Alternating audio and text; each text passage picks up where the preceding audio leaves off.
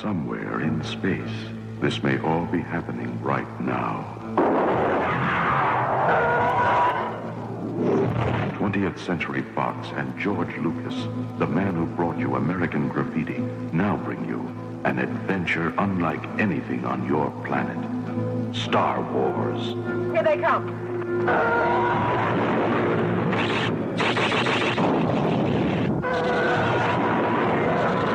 Coming in too fast! The story of a boy, a girl, and a universe.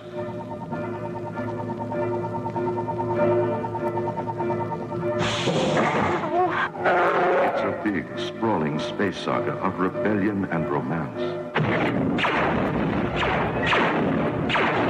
It's a spectacle, light years ahead of its time. I am C-3PO, human cyborg relations, and this is my counterpart, R2-D2. Hello. No caution, no caution!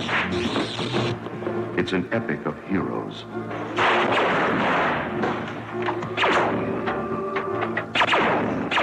Good luck. And villains.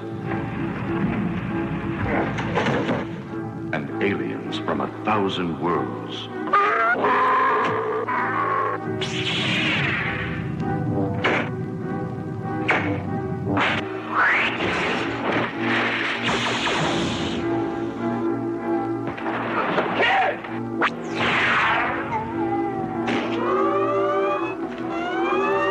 Star Wars, 1 billion years in the making, and it's coming to your galaxy this summer.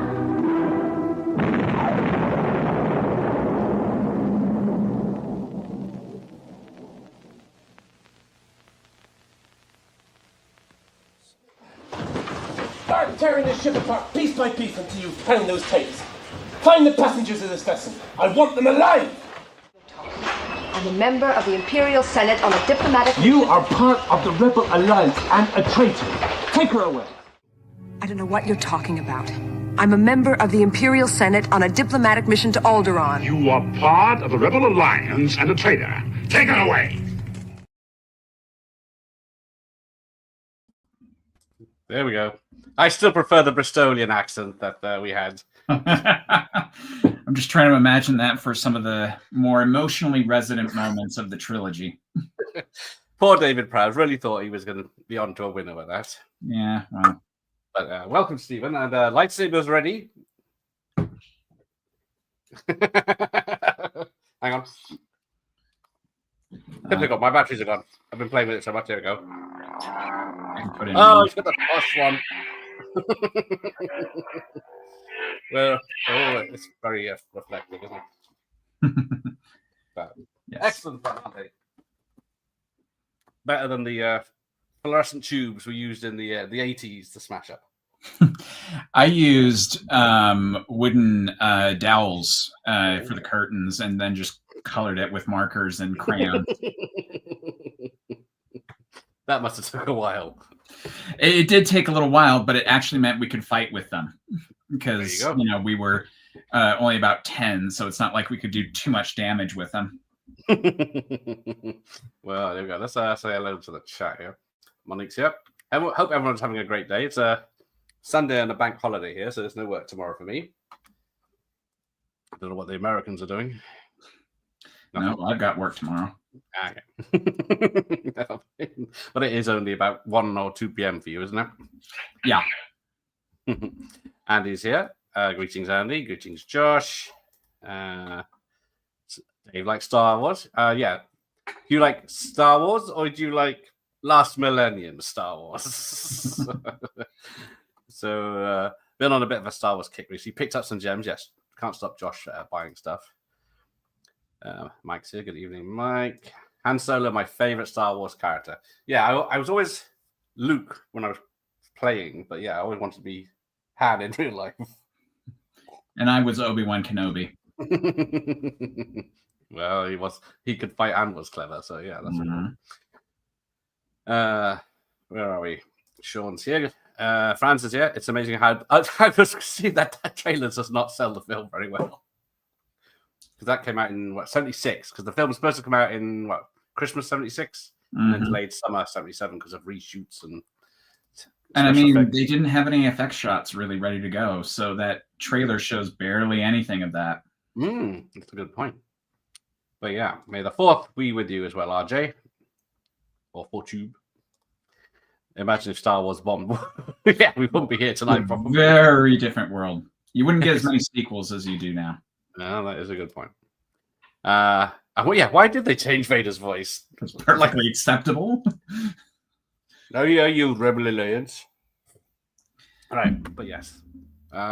Dave Prowse was from Bristol, which is about 30 minutes away from me, so. They clearly thought this would appeal to the Solaris crowd. Yes. Deep Thought one. Darth Vader. Oh, the Schwarzenegger dub. Yeah, that's a good one. Steven Schwartz is bigger than mine. I hate it when they get twisted. Oh, it's Cinco de Mayo. I always wonder what that is. I always hear about it, but yeah, it's May 5th, isn't it? So Cinco de Drinko. There you go. Let's go. Party time at Monique's. Oh dear, it started already. Chills. I wish I was getting paid money. It's a fair cop when it's the first film, but isn't it? But yeah.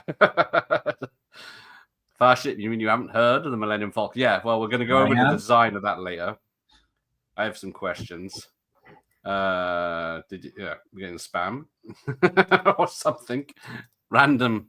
I think he's having a seizure on his keyboard. But right,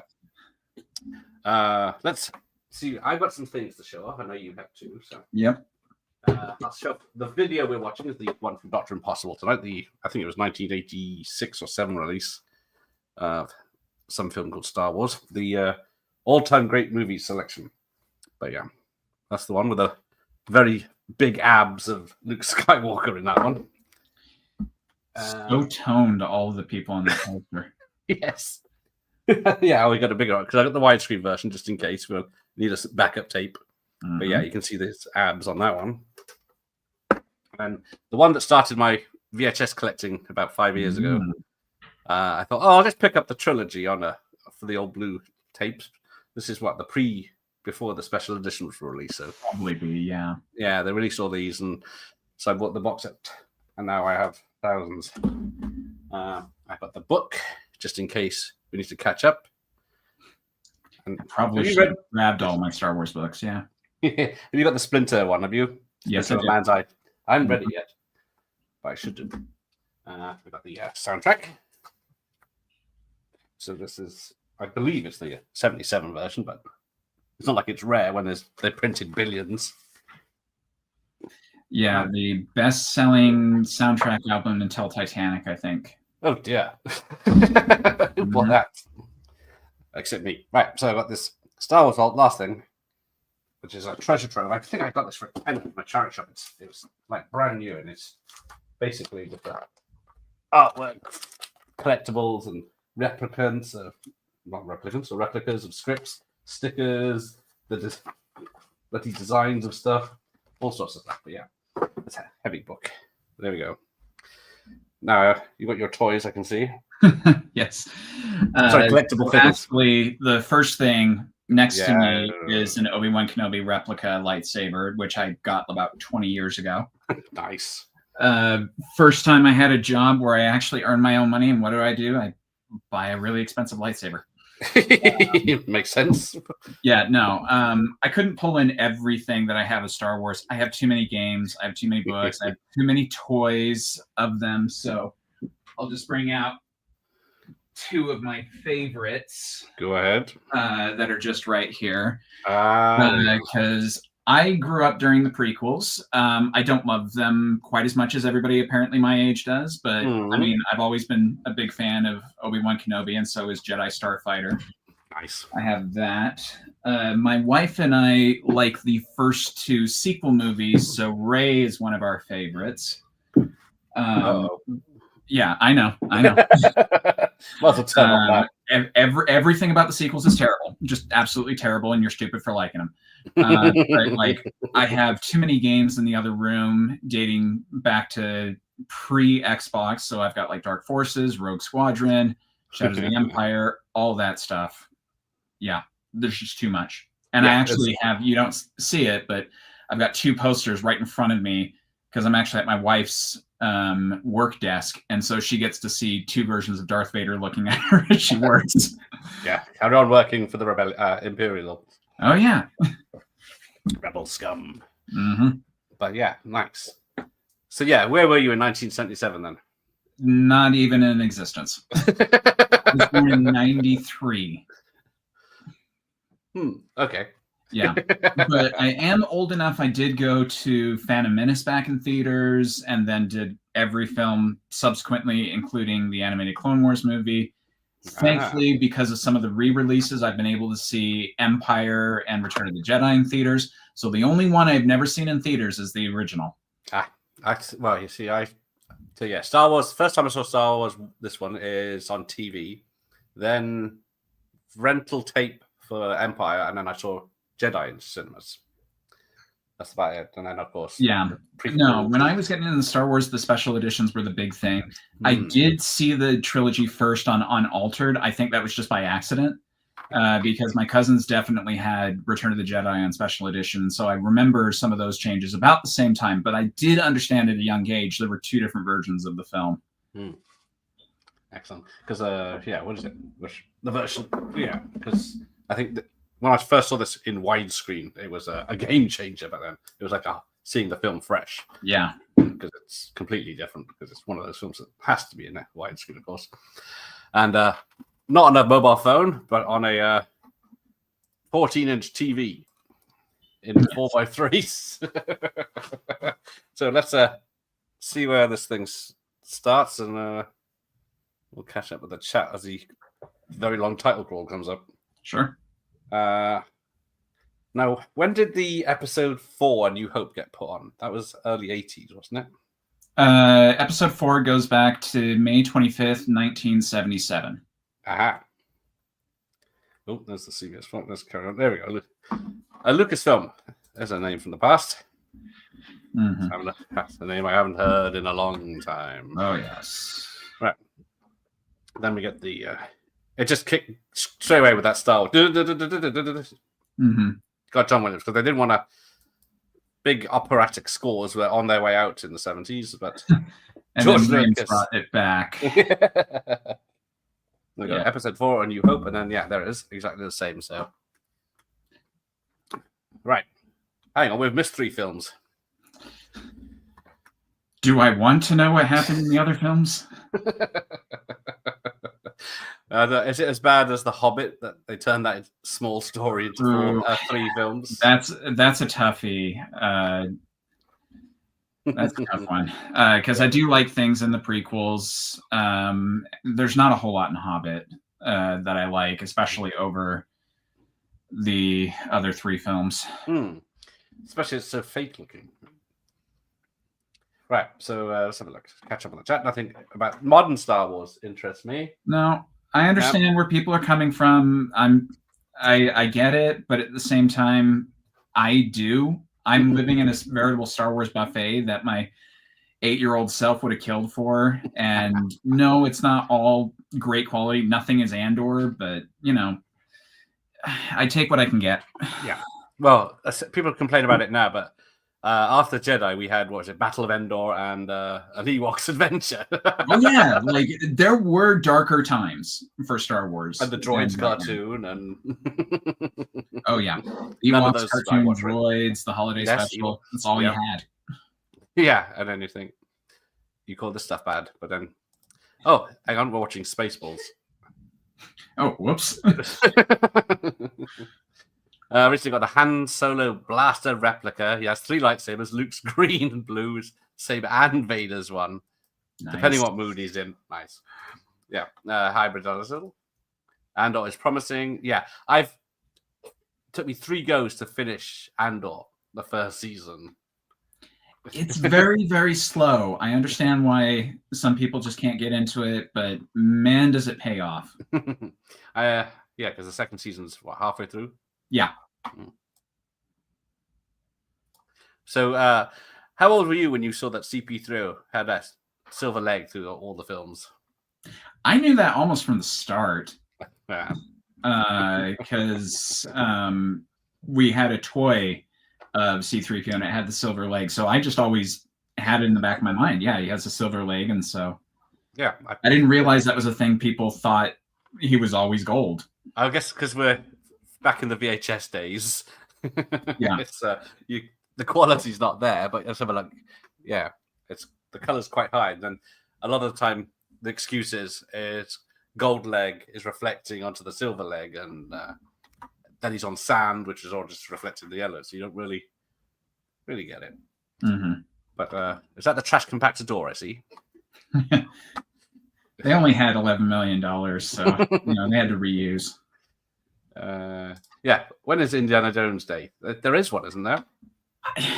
I don't know if there actually is, but actually, Sean, yesterday I went to see The Last Crusade in theaters. That was out around here, and I had a great time with it. Yeah, that's nice. Yeah, I saw the second one in the cinema and the third one onwards. No, I didn't see Dial of Destiny in the cinema.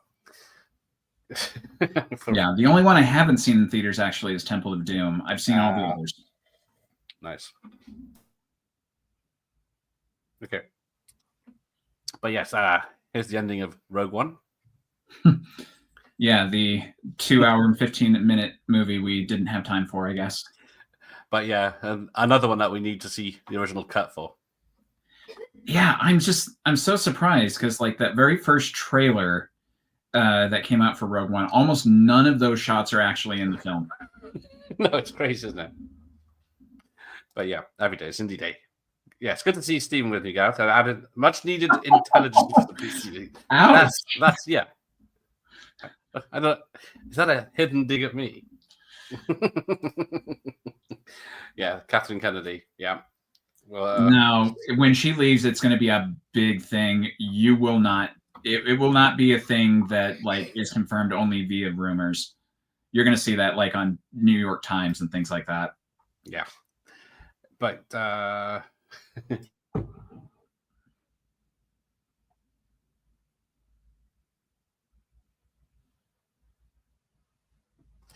yeah, but yeah, she wasn't involved until she was like an assistant on. She started as Spielberg's secretary on Raiders of the Lost Ark, I think, and then worked with Spielberg. She was handpicked by George Lucas in the last few years to be his successor, so that was his choice. Yes, to go on. Yeah, the best thing to do with your money is spend it on Star Wars stuff. Oh yeah. Don't let Stephen get you. Yeah, Sean's probably got all the toys as well now. Every film. No, I have far too many toys. I have an entire plastic bin of all the toys. Yes. Yeah, because you can't. All the movies can't be bothered with the CB series. It's okay. They're extra stuff. If you want to do them, they're there. But if not, as long as you watch them, adds anything, does it? I would recommend playing some of the video games. Yeah. Except for Stun. Now, I always remember I had the comic book or the annual of this, and I looked up the price today, and it's extortionate. But she says, mine's set for kill in the comic book. I always remember that. Oh, he picked up the Luke toy. Oh, yes, I saw that. He posted that on Instagram. The Luke from Retoy with the black cloak. That's always been my preferred Jedi look, is all the black robe stuff.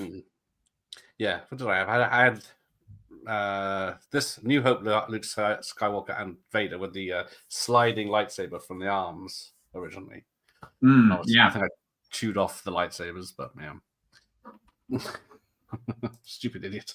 Yeah. Yes, mixed feelings about the prequels. I don't hate them, but I can't really enjoy them. That's about where I am. I mean, I went to see Revenge of the Sith last week, not because it's one of my favorite movies or anything like that. I just go to support these things because I want Lucasfilm to know that like we would really like to see these in theaters. But yeah, I'm about the same way. The 3 prequels, they don't do all that much for me. If I watch it, I got to watch Sith because it's got a great opening. And Sith is really the only one I ever think to go back to. And even then, it's a bit of a mixed bag. Sorry, I got distracted. Leia's not wearing a bra. Because they don't have underwear in space. The 70s, much more liberal time. Hey, Gambit. He's got New Hope, Empire Strikes Back on DVD. I'm trying to think. I've got a couple of the. Wait, so why not DVDs. Return of the Jedi? becking Ewoks. Okay, sure. Have you ever seen a TV show called Spaced? With, No. Edgar Wright directing with Simon Pegg about 25 years ago now. I may have seen clips because I know they've had Star Wars clips. Yeah, because it's about when the prequels come out, and he's a big Star Wars fan. He hates the prequels, and I've seen a clip of him just like saying, I don't care that Phantom Menace was 18 months ago. It still hurts. That's one. Yeah, and you see him burning a fire of his Star Wars stuff. Yeah, in Jedi. Mm-hmm. But yeah, I don't care if you collected all your 50p's. Jar Jar Binks wasn't a great character. But yeah, the model work on this is just still holds up amazingly today.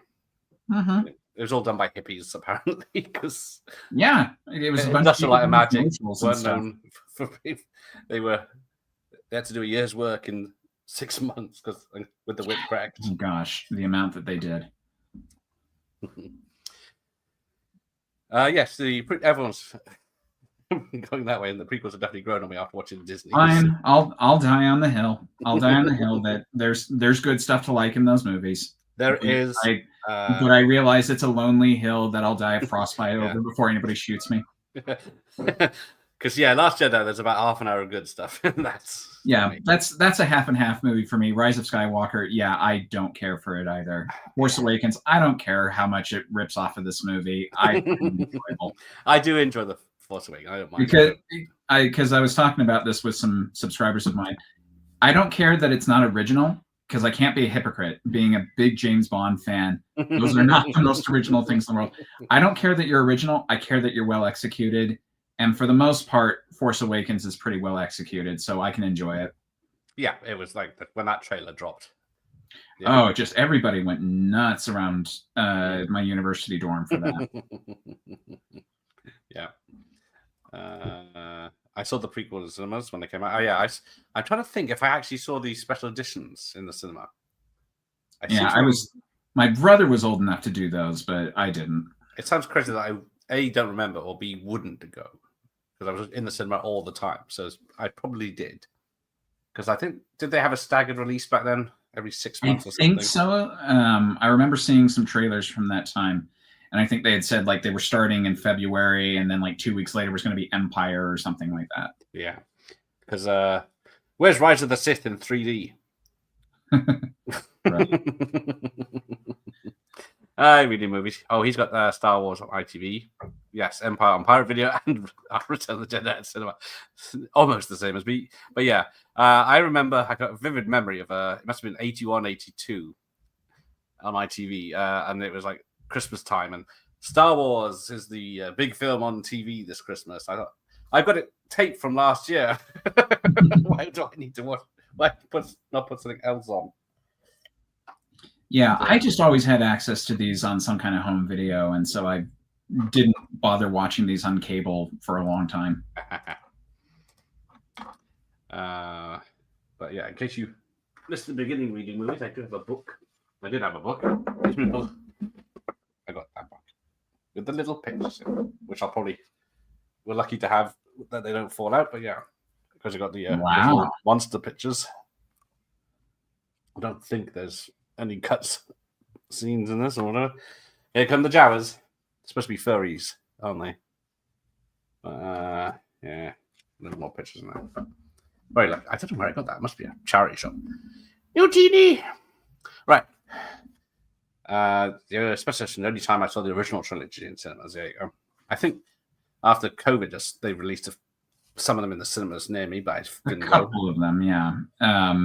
No, unless they really want to pull out a whopper for the 50th in a couple of years, it's going to be the special edition that they re-release with McClunky added.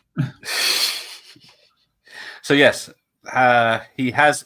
Everyone thinks he tinkered with the special editions, and that was it. But no, there is a lot of audio and visual changes in like the Blu-ray release, and then the releases. Yeah, he's been tinkering with it. Even with the VHSs, because it didn't originally have Episode 4 A New Hope on it. That was changed, I think, just after they did Empire. They did a re-release where they put that there. Yeah, I think mine is that re-release So that's why it had episode 4. Yeah. But yeah, the original scroll, if you look at it, doesn't even have episode anything Nope, or New Hope. it's just Star Wars and then goes with the crawl. Oh, hang on. While we're waiting for the Jawas, I've just got a little video to show. Where is it? Because we showed off our lightsabers, but here's what they used to be like. It's the new Star Wars lightsaber from Kenner. Inflation required, batteries not included. You can pretend you have powers when you switch on Kenner's Star Wars lightsaber. Ready to feel the Force? Yeah! Switch on your Star Wars lightsabers, close your eyes, and go! I got it! Me too! Zap! You passed the test! The Force is with you! The Star Wars lightsaber, new from Kenner. Balloons not included. That's amazing. Inflatable ones. How's that for technology? That looks so wrong in the dark. I know. There's a film called Skin Deep. It's a comedy from the 80s, and it's John Ritter, directed by Blake Edwards. And in it, there is it's a sex comedy, and there's two dudes in a room.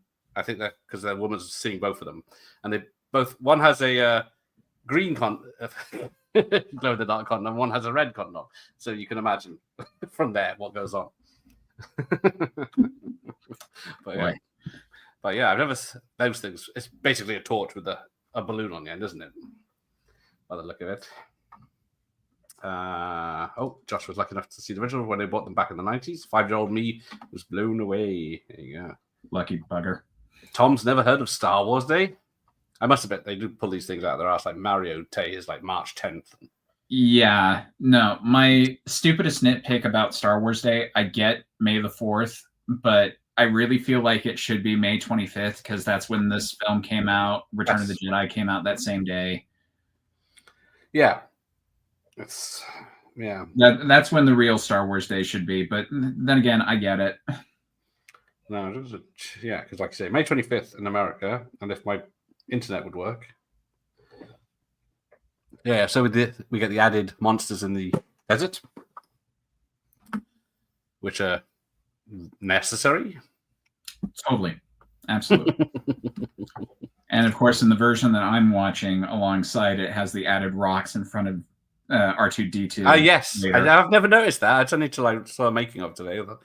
Oh, why would they do that? Because this might sound like a dig, but it's actually a true thing. If you look at production history of Star Wars films, George Lucas actually has a bit of an obsessive compulsive disorder, like insisting on very minor things throughout production, like needing to write with the same kind of pencil the whole time, or cutting a film by like 13 frames every time he wants an edit. And so I imagine these kinds of things like nod at him. And they're only things that bug him, because the rest of us, I don't think any of us would have cared if we never saw rocks in front. Yeah, definitely. That's my explanation for why the constant changes. They're just things that gnaw at him. And I mean, it's his movie. He sees no problem of going back and editing it. Yeah, at least it's not money related. No, I don't think it was a cash grab. But yeah, this came out in the UK January 29th, 1978. So a bit of a wait. Whoa. Yeah. Now, there's plot holes here. People have said, why doesn't the uncle here recognize C-3PO? But he was naked when he saw him, I guess. I mean, there are hundreds of protocol droids that go around.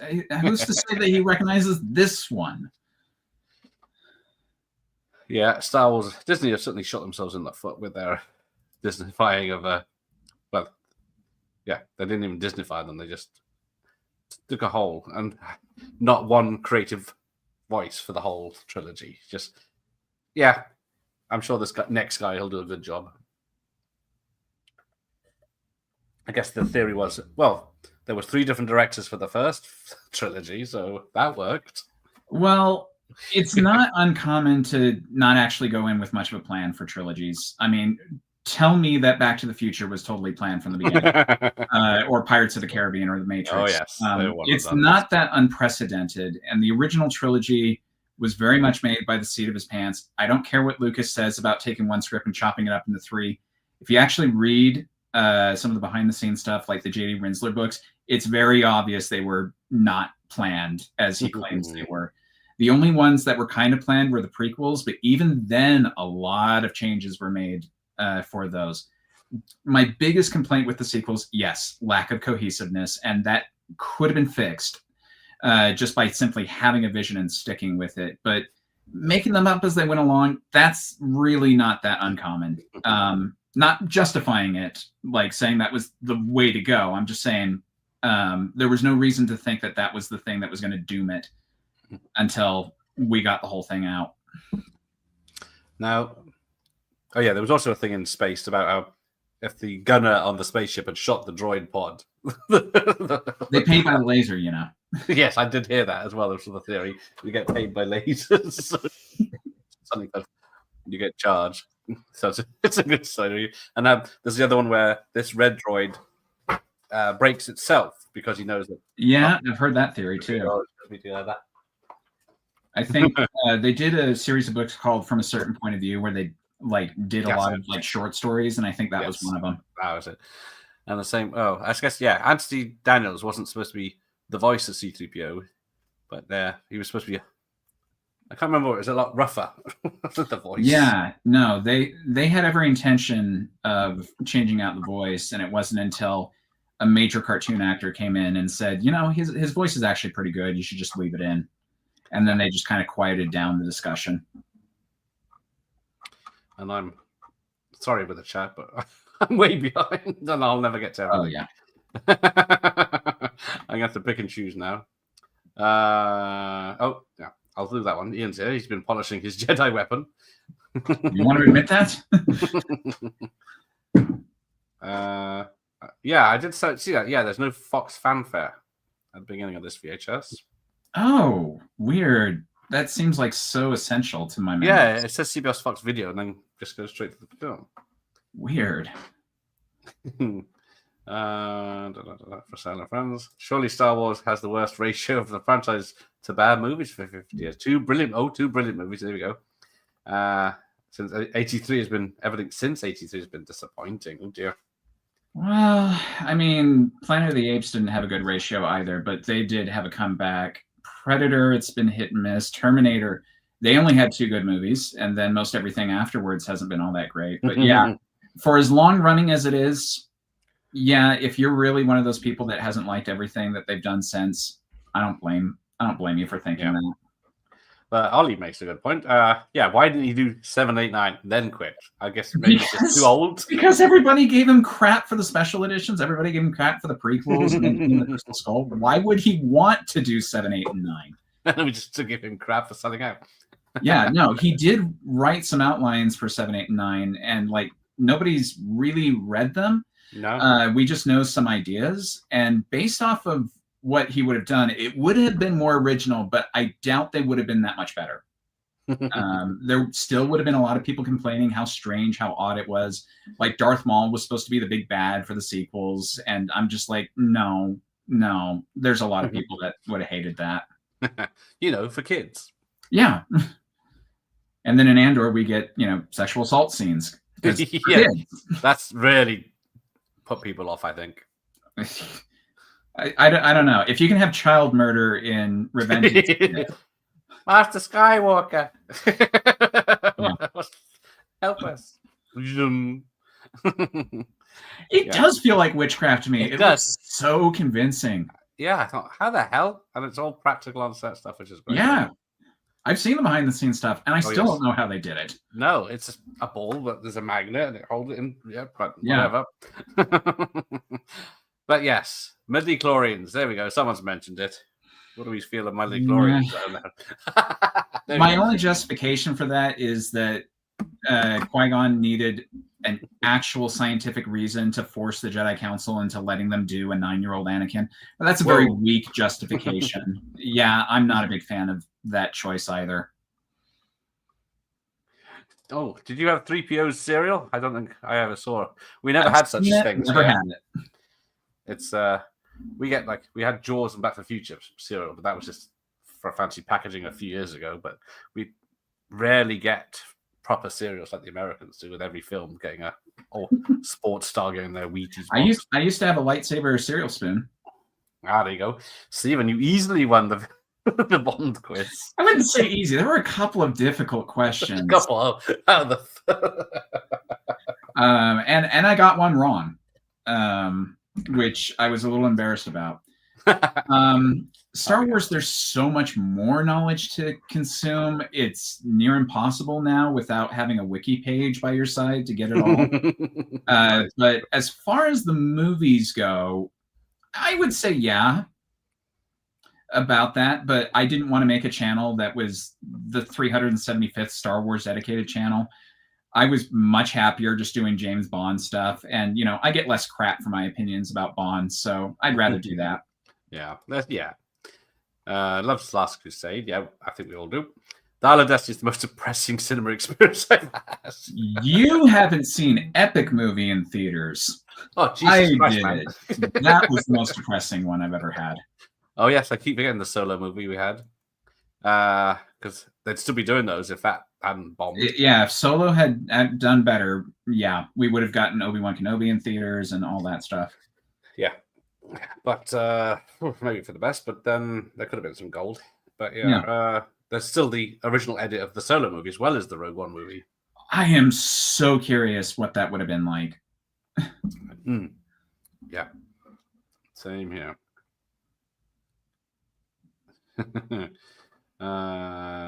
Solo wasn't awful, just something people didn't want. That image. I really think the divisiveness of The Last Jedi shot Solo in the foot, and being released like 6 months after that, we didn't have enough of a time to reset ourselves. I think that was something that really contributed to it. There you go. Stevens says Empire Strikes was his first time to watch a Star Wars film, and it was what propelled me to go to see Phantom Menace in 99 with my mom. That's nice. We should do a Star Wars 4K 77. Yeah. I don't mind having all these other special editions around, but the original should be available. It's like Blade Runner. You can pick your cut. Yeah, that's not film and a half. I'm not sure if that is just released for the money, but yeah. I'm not sure why all the 5 different releases with that, but with Star Wars, my biggest reason for wanting the original is not just because we wanted to, it's what our childhood was.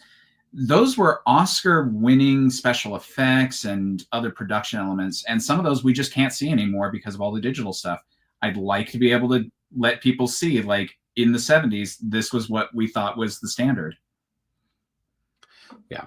Rise of Skywalker had so many issues that they were trying to address for Last Jedi and then trying to fix and go in a different direction. There are a couple of isolated things I like. I won't call it one of the worst films I've ever seen, because I've seen some pretty terrible ones, like ones that actively make you want to kill yourself. Rise of Skywalker, mostly it leaves me frustrated, and that's almost as bad. Yeah. It's got moments like, Yeah, I've got isolated bits, but it and Attack of the Clones keep vying for worst in the franchise. To me, nothing beats Holiday Special. That is the worst. Well, exactly. Someone. Let's talk about money, because now that's the money grab. Yeah. And then buried at sea. But it got out because it was on people had VHS. Curse you, VHS, for that one. But yeah, I remember the cons and stuff back in the magazine saying, "Watch the holiday special. It's on a copy of a copy of a copy of a VHS." But yeah, watch it now. There's a story that went around. I think it's true that Carrie Fisher did some work for George Lucas in preparation for the first DVD releases, and she asked in compensation for a release of the holiday special. And her justification was that when she had parties where she wanted people to leave, she wanted people to actually put on the TV to get them to leave. Hey, what's wrong with B. Arthur's singing? I think that's one of the stronger points, but I mean, Wookiee porn. Wookiee porn, exactly. Or was it the first time we see Boba Fett, unless you watch this version of the film? Elongated animation and things like that. Oh my gosh. Yeah. We got this. And then, they fixed the Vaseline blur mirror underneath the speed racer here, or whatever it is. Yeah. Now, There are a few special edition changes I'm quite in favor of, and that's one of them. Like cleaning up things, not erasing it, just cleaning it up. yeah. Although to me it stands out like a sore thumb because I've seen the original so many Because times. it's just like a clear red line. I thought that looks in focus. Why is that in focus now? Yeah, everyone seemed to be happy until The Last Jedi. Yep. Everyone. I'd love to say half the world was on board after The Last Jedi and half weren't, but the crowd that doesn't like The Last Jedi is so loud, and everybody who likes The Last Jedi just kind of shuts up because we don't want to stir up the royal we.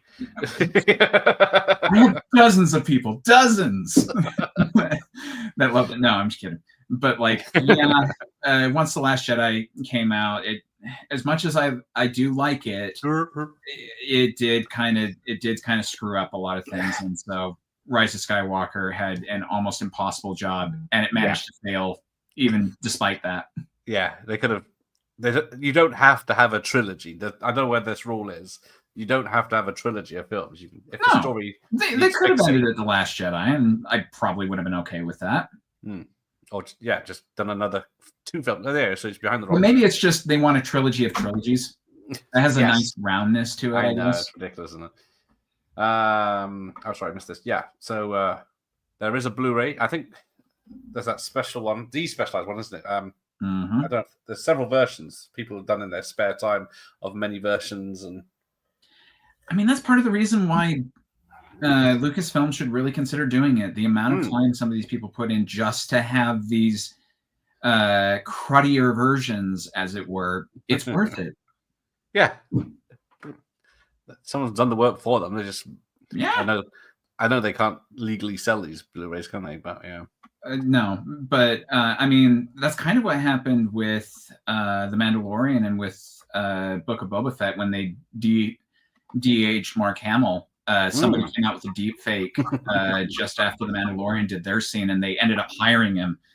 And then the next year we got Book of Boba Fett, which looks quite a bit better, actually. Yeah. I thought the series was a disappointment for me. Yes, the series is one of my least favorites. I thought, how the fuck do you turn him into just a dull guy that walks around the town? Yeah, I was never a big fan of Boba Fett anyway, so that didn't hurt me as much. I'm much more of a fan of his dad. Yeah, it doesn't actually do anything in the film. He doesn't. And even the books that covered him, it was never something that appealed to me. I gave it a chance because it's Star Wars, because Robert Rodriguez was doing it, and I'm like, he's the perfect guy to do a thing with Boba Fett. And yeah, I was quite disappointed with it too. The Force Awakens was okay and looked like he was. Sorry. Yeah, we covered that. I wish I slipped. Right, there's. I don't mind people hating a certain Star Wars film, but if you say you saw it 5 times at the cinema, bought the DVD and the Blu-ray, you deserve it. Yeah. Completionists. Yeah. Ollie saw Phantom Menace as a kid. He found it difficult to follow when he watched it 20 years later. Nothing actually happens. It's a hard film to completely follow the logic when you're awake. I won't blame you. You need a degree in business and oh yeah. Politics. Even the video game adaptations were kind of hard to follow. And you know, those you don't expect to be able to follow. There you go. Simon, Stephen, do you think R2-D2 caused that other R2 to have the bad motivator? Will of the Force. Well, every time R2 has some special features, isn't he? Because he's forgotten how to fly in this one. R2 is probably the most overpowered character in the entire series. Yeah. I don't know that he caused the other R2 unit to have a bad motivator. I don't have much of an opinion on that. He could have an EMP. He could. I'm not going to put it past him because the rocket jets coming out was a surprise to me.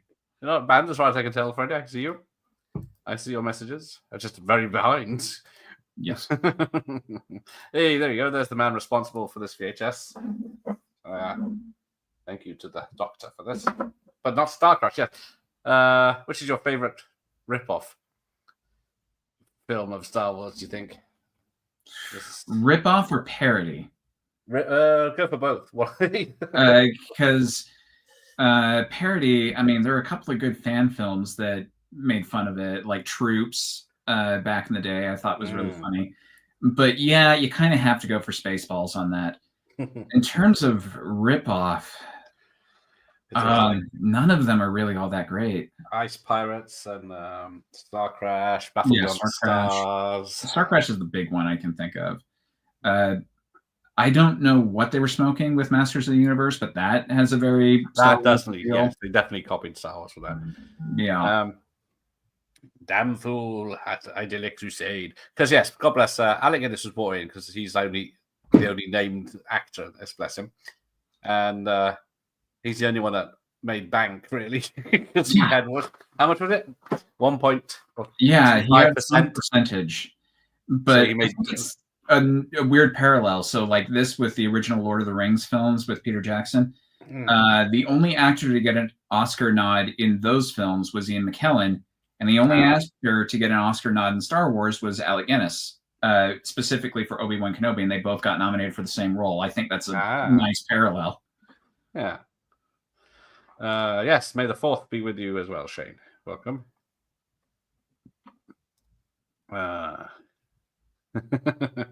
Hey, don't be dissing my Cobra tape last night. It's only the opening titles that were jumping. Yeah, the novelization has introduced some extra scenes of Luke on Tatooine. So yeah, there is a deleted scenes where Luke can see the space battle happening in space. Yeah, that was cut from the film. And then a chat with one of his mates who's going, yeah, because I never noticed this. He wants to go to the Imperial Flight School. Yep, because that's kind of the only option available to him. But a lot of people jump ship from the Imperial Academy into the Rebellion. Yeah. I would really recommend, for those of you who are curious, read the novelizations of the original trilogy. They all add something interesting. Like Return of the Jedi is particularly interesting with what it adds to the backstory of the prequels before they made the prequels. There's some important differences. But Revenge of the Sith in particular, the novelization of that is astoundingly good, especially in comparison to its movie. Crap. Might be the one I don't have. Yeah. The sequel novelizations, they're about the same. Those won't change your mind. There you go. All those kids had that latest from the lightsaber and grew up to be sexual deviants. Oh, they were a bit floppy, those ones. Oh my gosh. Yeah, there you go. So there's the holiday special, Droids, Ewok, Phantom Menace, Attack of the Clones, Force Awakens, Last Droid, and Skeleton Crew I forgot about, Rebels I forgot about. Really? You didn't like Rebels or Skeleton Crew? Oh, those are... I watched the first 2 seasons of Rebels and then checked out, but I never watched the Clone Wars cartoons either. Well, both the 2008 one, the first 2 seasons, are a little rocky. There's some nice stuff there, but 3rd season onward it gets really good. Typical. The Micro series with Genndy Tartakovsky, that has so very little substance to it, but it's so visually cool. And especially at that time, with the prequels that we had, I mean, we just kind of ate it up. Yeah, that is true. Yeah, Brian De Palma, was it Spielberg, Coppola, were all in the screening room when this was the work print was released, and only Spielberg was. Only Spielberg really liked it. De Palma, I think, is responsible for the opening crawl as we have it. He took another pass at it.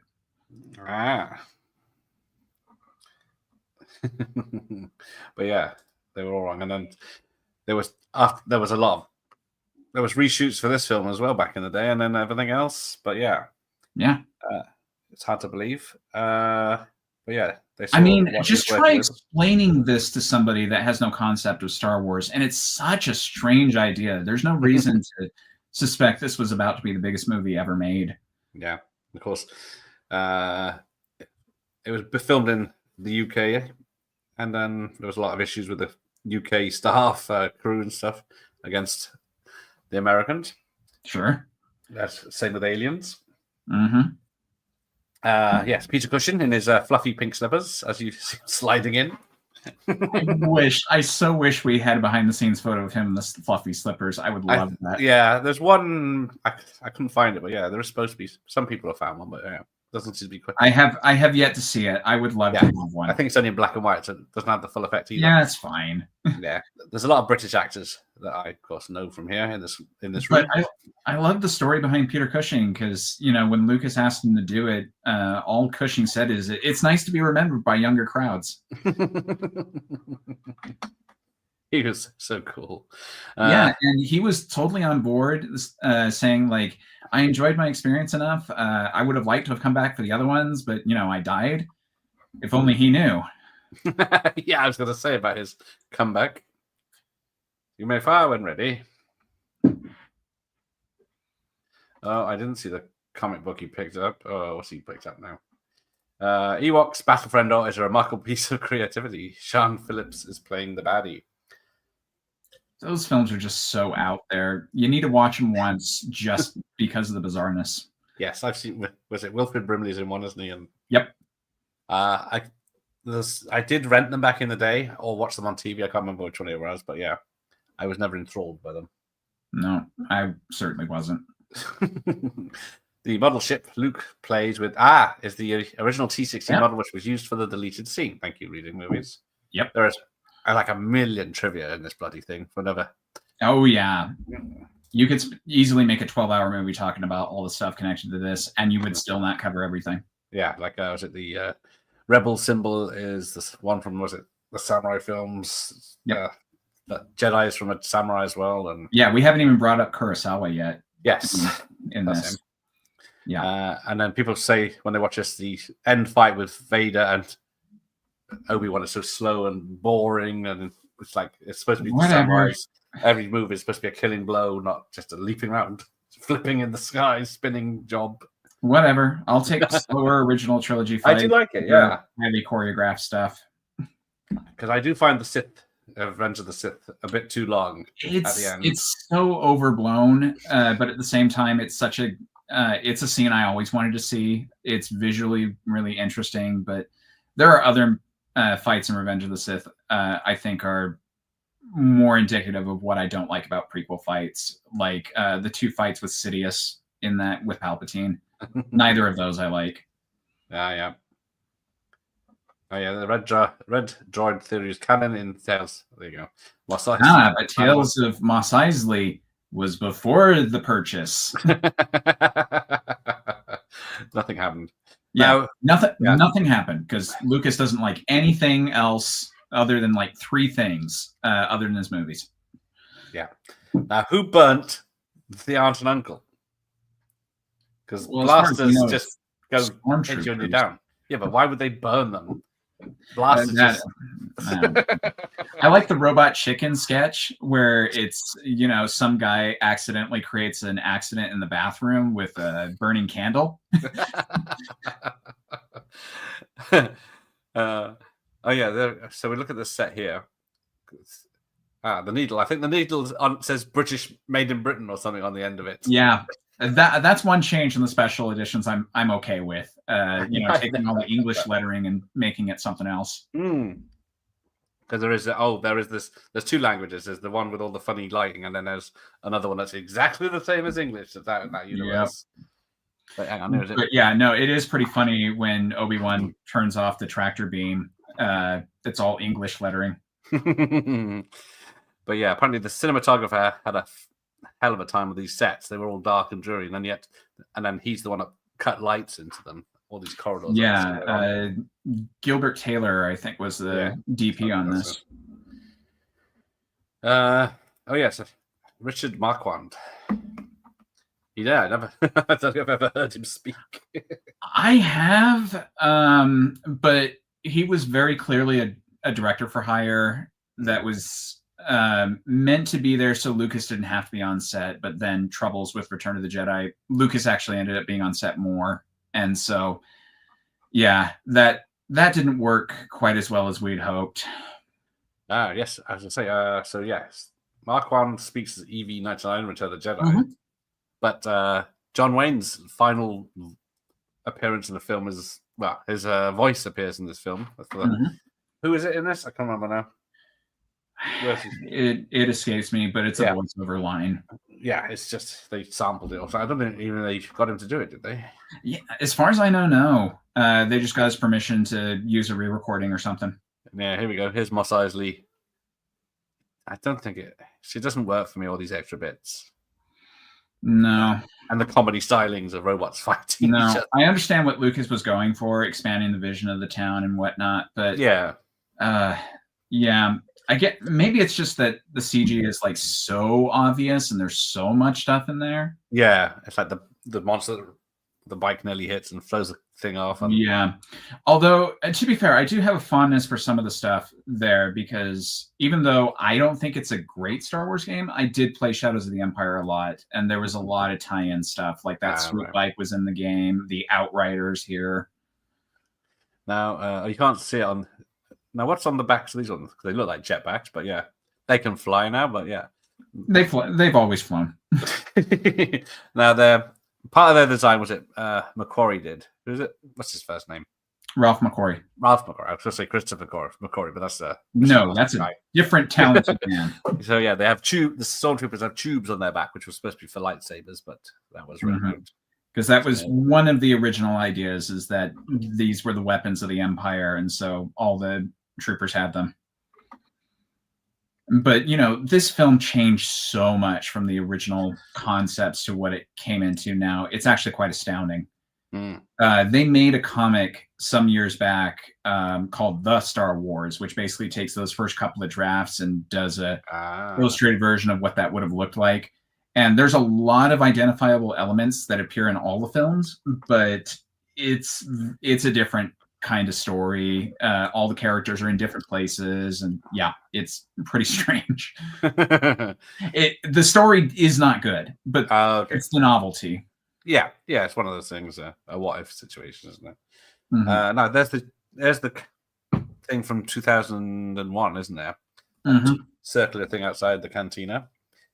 And then another one from Doctor Who in here. Yeah, there's a NASA spacesuit, and yeah, this barman doesn't like droids because this one. I don't think I think his family was killed in the Clone Wars by the droids or something. There's a whole backstory for him. So the Mandalorian was not original in that motivation. But yeah. You got the good old band. Play that same song. So there's Chewie for the first time at 45 minutes in before Han Solo and Chewie appears. Oh my gosh, yeah, you're right. Yeah, I've never noticed that before. It's just time kind of flies when I watch this movie. I know I've seen it too many times. I should know where we're at just by the timestamps, but I don't ever think about it. No, and then there's a lot of scenes have flipped. Because apparently the dent on C-3PO's head can be seen on different sides and it's weird shit. Oh, yeah. I've never noticed. But I kind of like that with some of these films. You had that in the early Indiana Jones films, too, where like you really didn't have a lot of time. You couldn't really polish it. And there was something really sincere about that. So who shoots first? Han. It should not be a discussion. Han shot first. Yeah, I don't care. It makes him a badass. The guy and there's that scene in The Good, the Bad, and the Ugly where the guy shoots first while he's in the tub, and he's like, "If you're gonna shoot, don't talk."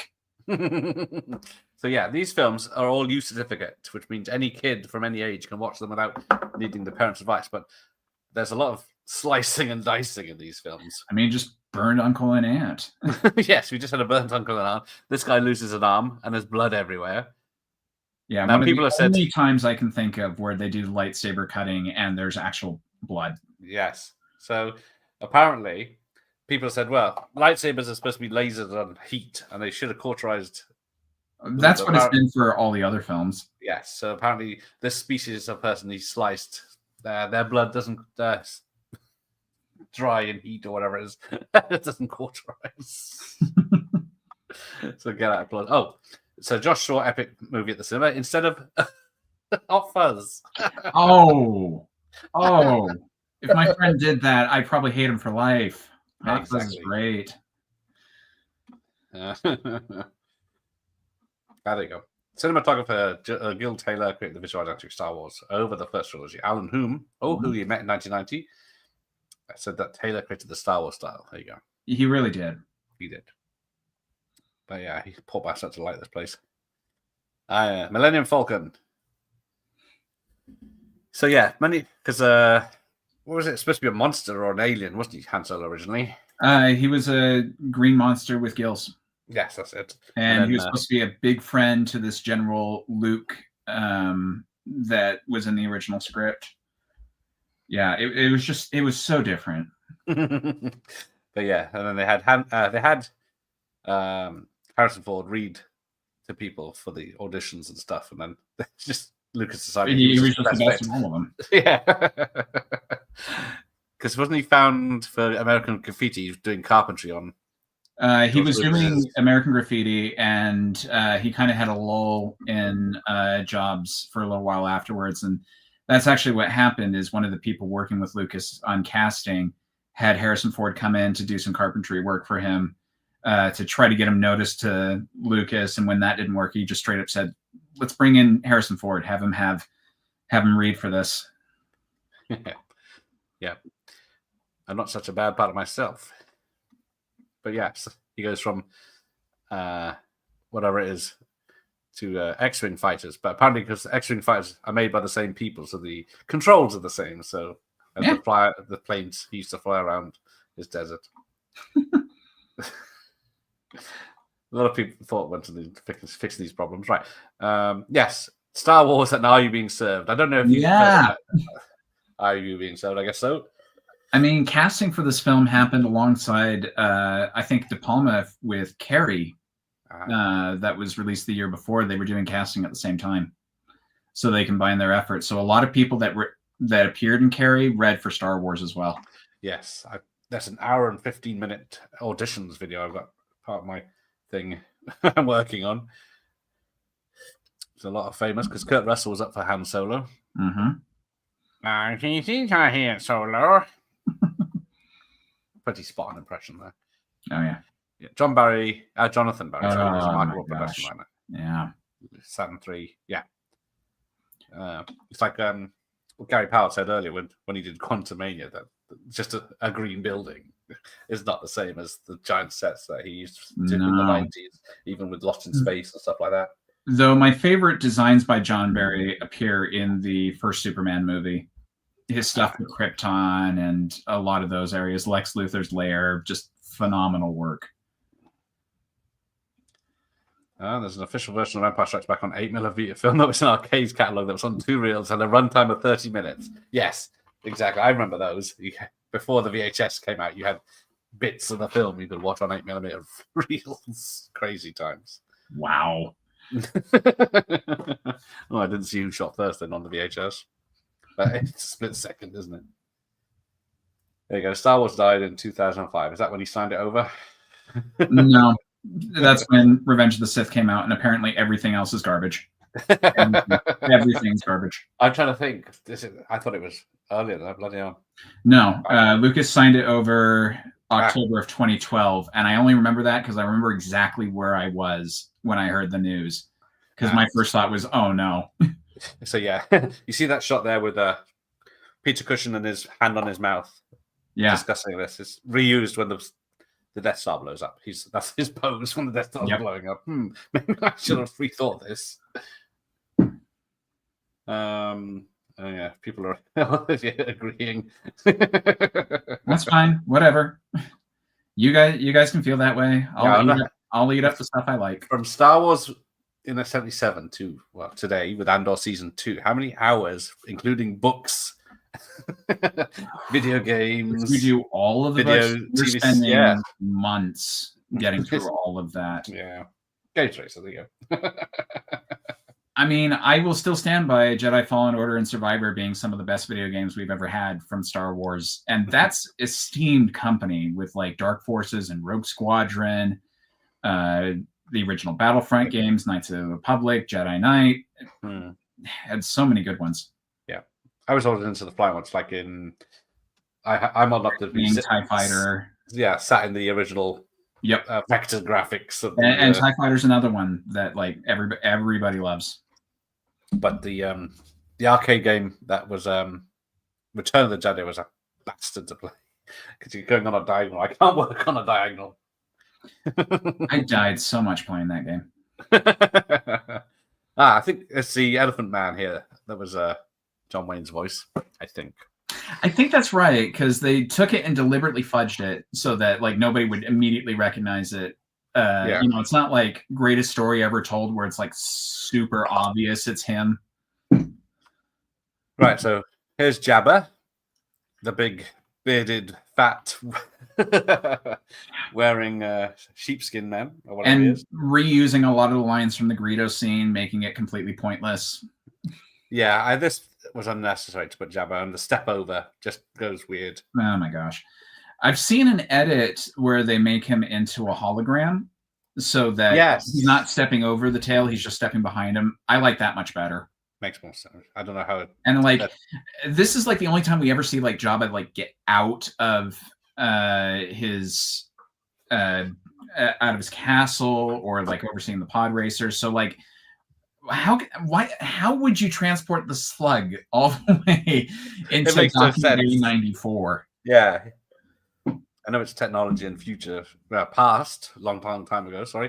Yeah, so they shoehorned Boba Fett into the scene for no fucking reason. Right. I always thought it was stupid. Let me get to that question. Yeah, Kathleen. How is Kathleen Kennedy in charge? I guess she's worked on a lot of films and knows a lot of stuff about people. The amount of people that have her credentials, they're very rare in Hollywood. Yeah. Hi, Ramon. So I think we've caught up. Yeah. So there's an extra scene there. It's a piece of junk. Yep. There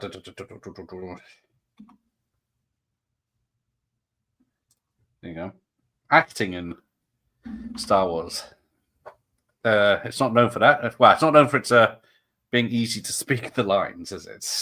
Yeah, but Phil Brown in that scene, I know what he's talking about. I mean, that's really something. And of course, this film was not made under the assumption that Anakin and Darth Vader are the same person. So that's like one of those really wonderful bits of serendipity where it actually works better after the reveal.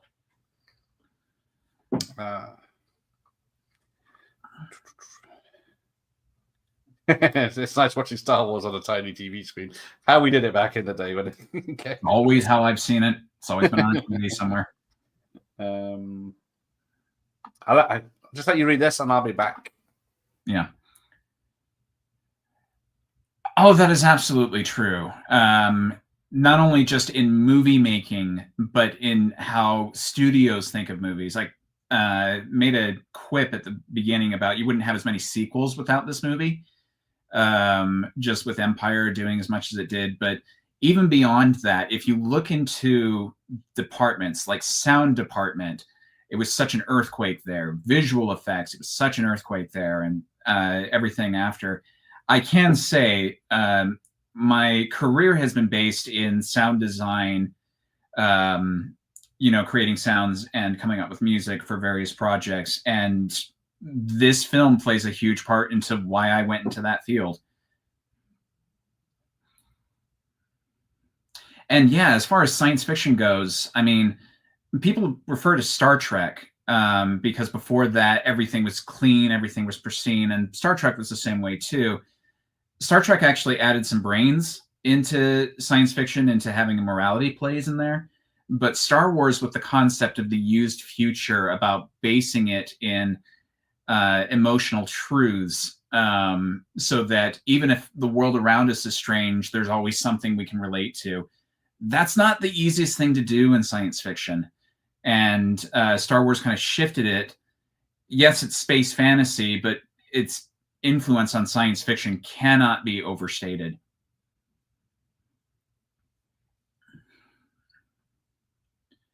And even going beyond that, just the audience appeal, how they think of movies. And like, this is usually one of audiences like first major movie experiences. Most of us, when we got into Star Wars, did so when we were 4, 5, 6, 7, maybe 10, something like that. And it was kind of our gateway into other types of movies, other types of mythology and what have you. There's so much there.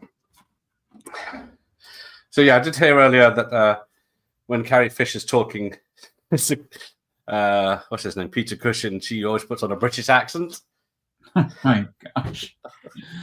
But Natalie Portman has that same problem in the prequels too. She starts off with more of a British accent, and it's very American by the end. Yes. Alderaan is peaceful. There's no weapons. But yeah, apparently it's because Carrie Fisher was daunted by working with him. It was just mimicking. Yeah, and she's having to call him foul and everything like that. And Peter Cushing couldn't be the nicest person on the planet. Just... the good guys always place the right evil bastards. Yeah, but there is a trend actually in Star Wars, is that a lot of the best people in these movies are British. Yes. Oh, Dantooine, which we don't see in the film, I don't think. No. We see it in the TV show or something.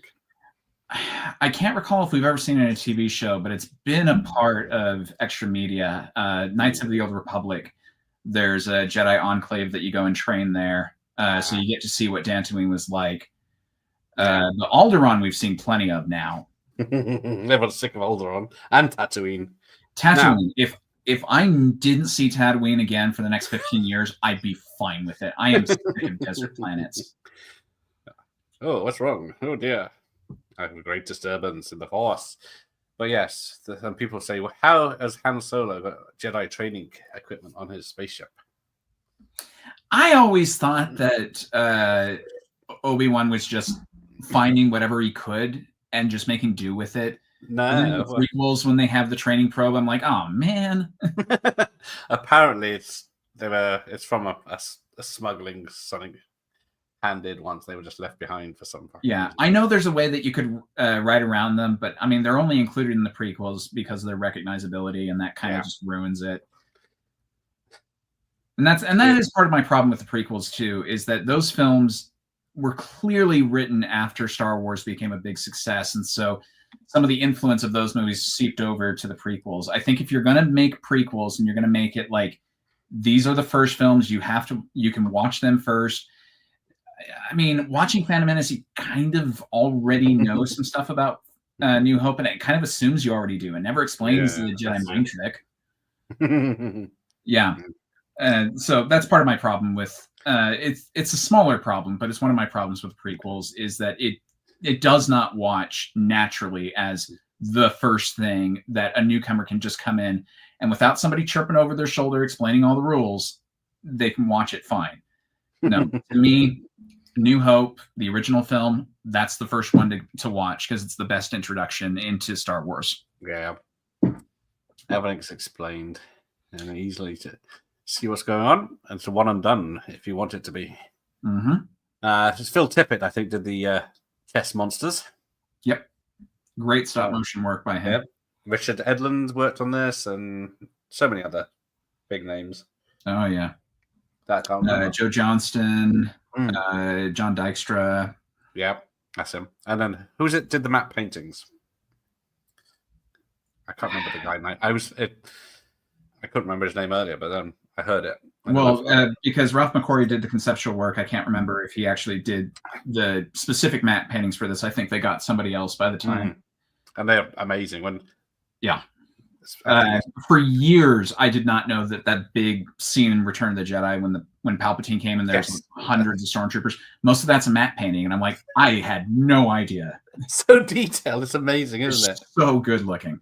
I do love Cloud City's the same way. So much of that is a matte painting. Yeah, I don't know how I feel about how they colored in the windows in there. Stuff flying in the background. I'm fine with that, but at the same time, just there was something so impressive about all of that. Yeah, I do like when doors open and when lightsabers get turned on. There's an obvious freeze jump. Yep, that's great. It is.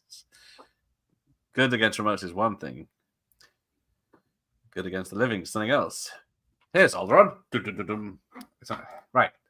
the LG 1976 doc is worth a watch. I think that's what I found. That's always how it is in special effects. And I mean, Gary Powell that you talked to this morning, stunts, it's the same thing. Nobody thinks they're working on a classic until it becomes one. That is true. They found the remains of a rebel base. I agree with you there, Fifth Beetle. That's always a problem. Everybody in Star Wars has short-term memory loss. That's always a problem. Yeah, because isn't it like 1,000 years old, the religion or something? Yeah, Clone Wars was only 20 years ago. You should remember this stuff. Now, the design of the Millennium Falcon, we'll come to it, the TIE fighter fight later. So it's round, and then it's got 2 points, which are just there. And then on the side is the window where you fly it, right? Yep. So where are the windows up and down or left and right that the shooting guns are? Because there's just they climb up a ladder and down a ladder. Yeah. So that's like it's there in the center. But there's no windows on the top or bottom. My Lego sets tell me that's where they are. And then they climb up and down, but then when they're fighting, they turn. No. I always thought that was weird too, because it makes it seem like you're actually sitting in a room that's like, horizontal when it has to be vertical. There you go. Force choke the power. Yes, everyone wants the force choke. Oh, you bastards. On a Zoom call. Yeah. My wife would have some good fun with that one. She's in an administrative position, and yeah. Oh yeah. There you go. It kind of like Star Crash. I know Matt Puggle. That's his favorite film is Star Crash. He's got so much memorabilia and stuff from that. Probably likes it more than just understand, especially with me, if I jab at something, I don't hold it against you if you really like something. It's fine. Yeah. It's what is it? Him, Matt, and Alucard were watching Turkish Star Wars earlier. Oh yes.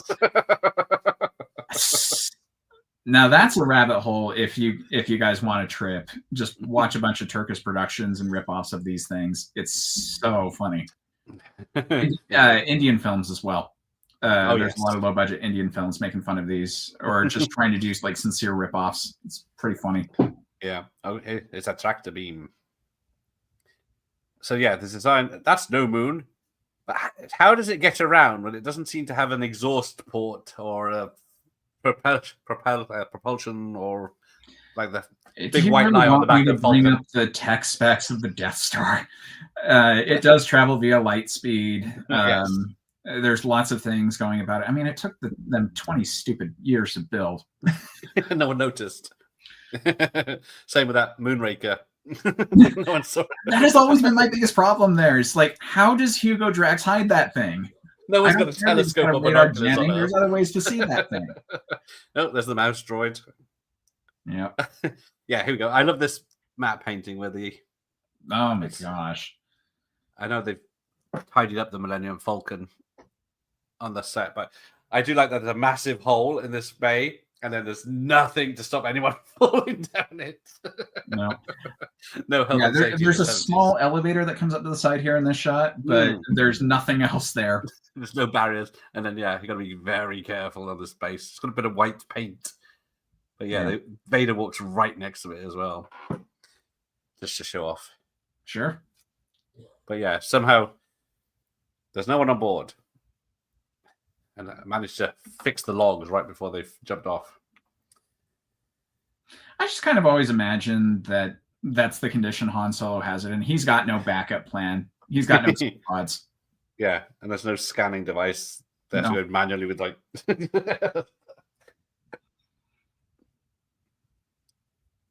Yeah, and then all the stormtroopers lined up there were all different sizes. So... Yeah, so don't give me any of this crap. Aren't you a little short for a stormtrooper? Yes, there you go. New Hope 1 Star Destroyer. Mind blown. Rise of Skywalker 500 Star Destroyers. That is true. And then just who built those? And then why are they hidden underground? Like, I get that the Empire has nearly unlimited resources. They do a bunch of things in secret. I don't know. I am with you. 500 Star Destroyers. Every one of them has Death Star tech. no, you don't need to do that. Okay, there you go. The filming of Star Wars started in March of '76, and it's took over a year before it hit cinemas. Yeah, plagued by problems. Now that's a biopic I'm surprised they haven't made about the making of Star Wars. Yeah, I guess they did Godfather, didn't they, and stuff like that. Yeah. Yeah, the CGI ruins the fight between Anakin and Kenobi in Sith.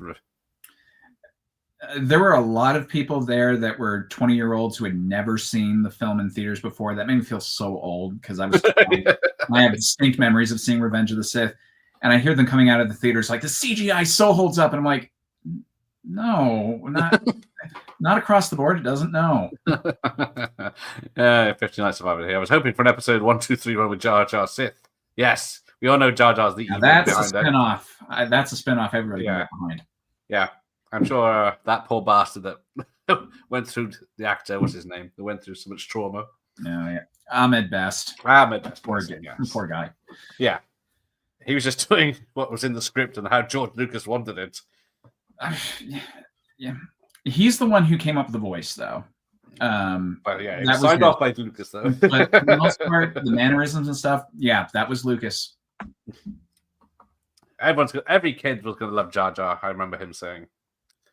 I liked him when I was 6, much less so at 9. You already soured in 3 years. Oh, I was talking of merchandise as I was. This wallpaper behind me is literally Star Wars 1977 or 78 wallpaper you could have had as a kid. People have been finding it new reels. Such a good-looking thing. Yeah. Even got likenesses, which is unusual for these sort of things. Yeah, George Lucas wanted to make Flash Gordon, but couldn't get the rights because, Dino De Laurentiis had them, didn't he? Yep, that is true.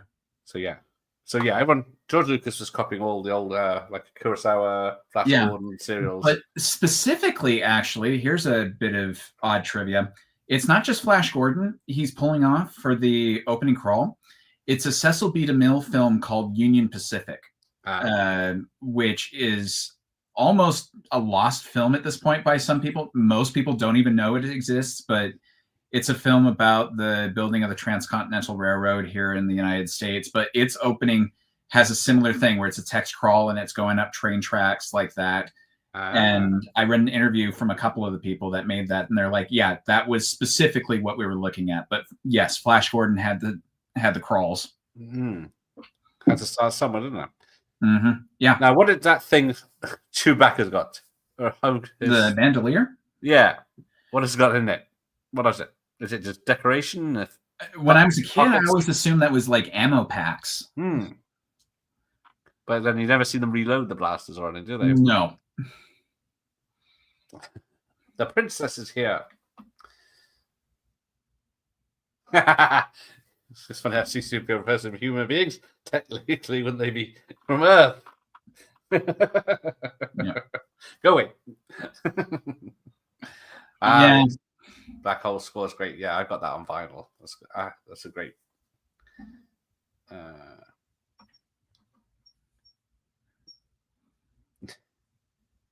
So yeah, C-3PO, of course, is based on the Metropolis thing robot. Yep, which was a woman. Because they have female C-3POs, don't they? But they don't change the shape of them. Yeah, physically they look exactly the same. I thought how much grief you would get if they had boobs, and then God help them if they put nipples on them. Yeah, we already gave crap with George Clooney and Val Kilmer having nipples on the bat suit. Can you imagine if they had put nipples on C-3PO? Yeah. So George Lucas had his serials of the 40s and films of old silent films, and then of course everyone else of the 90s and early 2000s was copying Star Wars, and because they grew up with that, and then what's next? Nothing really. We're just copying different parts of Star Wars now. Yeah. Watch one of the Marvel movies and tell me that that's not taken stuff from Star Wars. Well, yes, I was definitely like the humor here and stuff like that. It's not like Marvel's desperately trying to do this, but not as good. But yes, we have. There are some Marvel movies I like, but no, none of them matches up to this. No, because who was just Chewbacca. What's the actor's name? Peter Mayhew. Peter Mayhew. Yes. So he was a nurse, a hospital porter during the making of the first 3 films, and then he decided I can actually make more money just going around being Chewbacca or something. So there you go. Why not? But I do love that. Was it Anthony Daniels and who's the R2D2? Kenny Baker. Hating each other with a passion. Yeah. Of course, they're the first 2 to be put together all the time in everything. Yep. Because who is it? Yeah, I think it was it Danny? Kenny, sorry, who always wanted to do like Peter Mayhew was doing all the Comic Cons and turning up in costumes and stuff, and then Anthony wanted no part of it. And see, it's funny because I see Anthony Daniels at Comic Cons all the time. Well, yes, I thought that now. I thought all through the 80s and 90s, you wouldn't touch him. And because he does the voice, he's in all the marketing of everything as well. Like, what's that? The Star Wars PC CD-ROM. There's rarely been a time that C-3PO has been used that Anthony Daniels isn't the voice. There's been a couple of times, and it's like so out of left field, the voice that they do for it, that it feels wrong. Yeah, there you go. So yeah, everyone has lifted the plot point of view, and the 2 robots from Kurosawa's Hidden Fortress, and he almost mentions Hidden Fortress, one of the bad guys, and the rebels' hidden fort. Yes, cut them off before we get the lawyers. Yes, the 2 robots as the comic relief, and but there's a lot of that film that inspired Phantom Menace as well, like with the decoy of the princess. Have you seen Spaceballs, the animated series from the early 2000s? Just a few clips. Yeah, that was enough for me as well. So I thought I saw the first episode. I thought the funny thing is that Spaceballs isn't even close to Mel Brooks' best film to me. No, I'm much more of a Young Frankenstein, Blazing Saddles kind of guy. But I can't deny Spaceballs was my first Mel Brooks film, and it's pretty funny. Yeah, because of course George Lucas approved it. Oh yeah. And it just as long as there was no marketing, and then of course you get the big marketing joke in it. That's one of my favorite things, the flamethrower. The flamethrower. Kids love these things.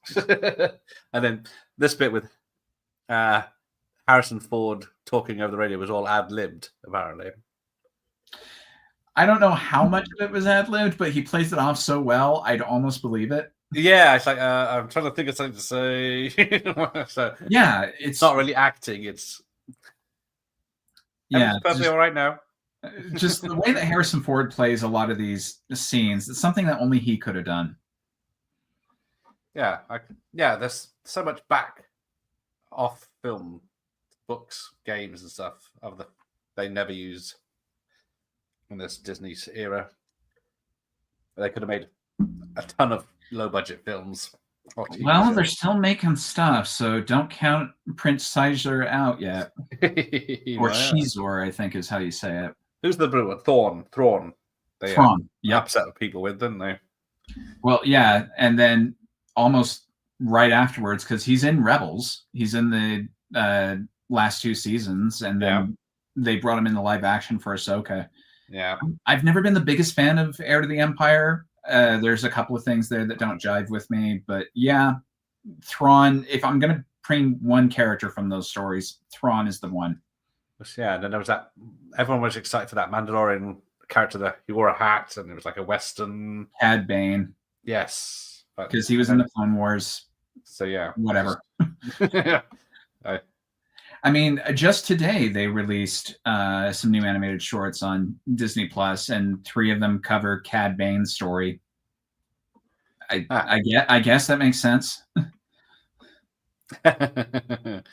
Oh, sorry, too missed it. Can we have a full screen for the scene? And does shoot first. Maybe if there's time at the end, I can go back. I'm way behind, aren't I?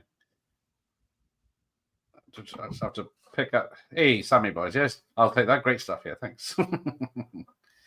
A lot of stuff I can't work out. Samurai, the Jaideki, which is the Jedi's reference, isn't it? So yeah. No, Lucas, especially during the 80s, once he finished up with Return of the Jedi, he ghost produced and supported a lot of other films, just not under the Lucasfilm banner, because he kind of wanted to dodge tying that company to a bunch of other things. And of course, people would be badgering him, when's your next Star Wars film? When's your next Star Wars film? He just kind of wanted a quiet time after all of that to go and do a whole bunch of other projects. Yeah. Like Howard the Duck. But he didn't direct that, at least. No, but I'm surprised he didn't. The writers from this did that. The first theatrically released Marvel movie, I think. Yeah. It wasn't like an old serial. I guess Red Sonja became a Marvel comic, so it technically doesn't count. Yeah. See, that's how you get my attention. There you go. We like positivity here. Yes. But unfortunately, I can't. I'm so behind. I gotta. Oh, there you go. What would you entitle Star Wars if it's not Star Wars? What was the original title I had it as? The Adventures of Luke Starkiller. Journey from the Journal of the Wills, all that stuff. Star Wars is perfect, isn't it? Yeah, I think Star Wars is perfectly fine. If I were going, I don't know what I would have called it before the first film, but after the next few sequels, I think the Skywalker saga is probably the perfect way to talk about the whole thing. Now, here we get the very soft stuff in the garbage, this compactor. It looks like a lot of polystyrene they're bidding there. I keep thinking, because the Family Guy episode where they just did this film with Family Guy characters, there's a lot of jokes in there that really stay with me. And they find like a whole sofa in here that they just bring out. Yeah, absolutely, Your Worship. I think anyway, it wasn't until the Empire that the stepsisters fantasies came in. But the twins thing came in, that was Return of the Jedi. But people make a lot of money with that these days. If the rebellion thing doesn't work out, there's another market, guys. If Princess Leia gets stuck in the trash compactor again. Have you seen Blake 7, Stephen? I know of it. I have not seen it. I'm the same. I never watched it when it was out. It was too high class for me. No, there's a reviewer that I watch a lot and take a lot of inspiration from SF Debris. He covered a fair bit of Blake 7. That's how I'm familiar with it. Hello, operator. Good evening. So yeah, this monster is a giant monster. It's just a small tentacle and eye, isn't it? That's the thing. It's Dianaga. That's it. Pain in the butt to fight in some of the games. I remember him a lot in Dark Forces. Yeah, I saw that in some video. Yeah, he's a bit of a brute. Yes, I am a film as escapist kind of guy more than Merry Christmas, Mr. Lawrence. I would watch the film, but watching it as a watch party. And David Bowie? I was going to go with evocative film, but and it has David Bowie? Wow. But yeah, doesn't have I'd watch Labyrinth because we can get fun out of that, but yeah. Oh, yeah. Oh, there you go. I don't know, what is your favorite? Because everyone says Empire, don't they? But Empire. Empire's my favorite. It definitely is. Yeah, I watched that. I used to watch this loads, and then I watched that more after it came out. To me, the reason Empire is king is because everything I love about Star Wars is in that film. You want a good Jedi stuff. You want good Rebellion versus Empire. You want good family drama. It's all there. Yeah. I do like, I think it's the first 30 minutes of Jedi. I will watch just that sometimes. Where as soon as the Sarlacc's over, then yeah. For me, it's Empire and then this film, the original. Those are my top two. Yeah, same here. Yeah. As much as I am an apologist for several of the others, nothing beats these two. Hey, well, hello there. There's a reference and a half. I was fancying Star Wars in the theatre for its 20th anniversary release in 97, but those changes quickly were their welcome. Oh, yeah. Yeah. But yeah, there's I found much it was like when Alec Guinness is flopping around with his hood on earlier, there's like each version Each version has a different sound. And then one of them, yeah, which monster is it? One of them? Well, it's supposed to be a crate dragon sound. That's it. But because the sound changes so often, there's a lot of video games that like are made after this release, so the sound sounds closer to that. And then 10 years later, there's another game with a crate dragon that's made after that, so the sound's different. It's weird. Yeah. Oh, have we missed the headbang of the stormtrooper, which I never noticed until much later. Somebody else pointed that out to me, and I felt like an idiot. Yeah, me too. I've watched this film countless times. I know it's 4:3 most of the time, but it's still on there. I think it's fair to say most everybody watching here has seen this film far more times than we should admit. Yes.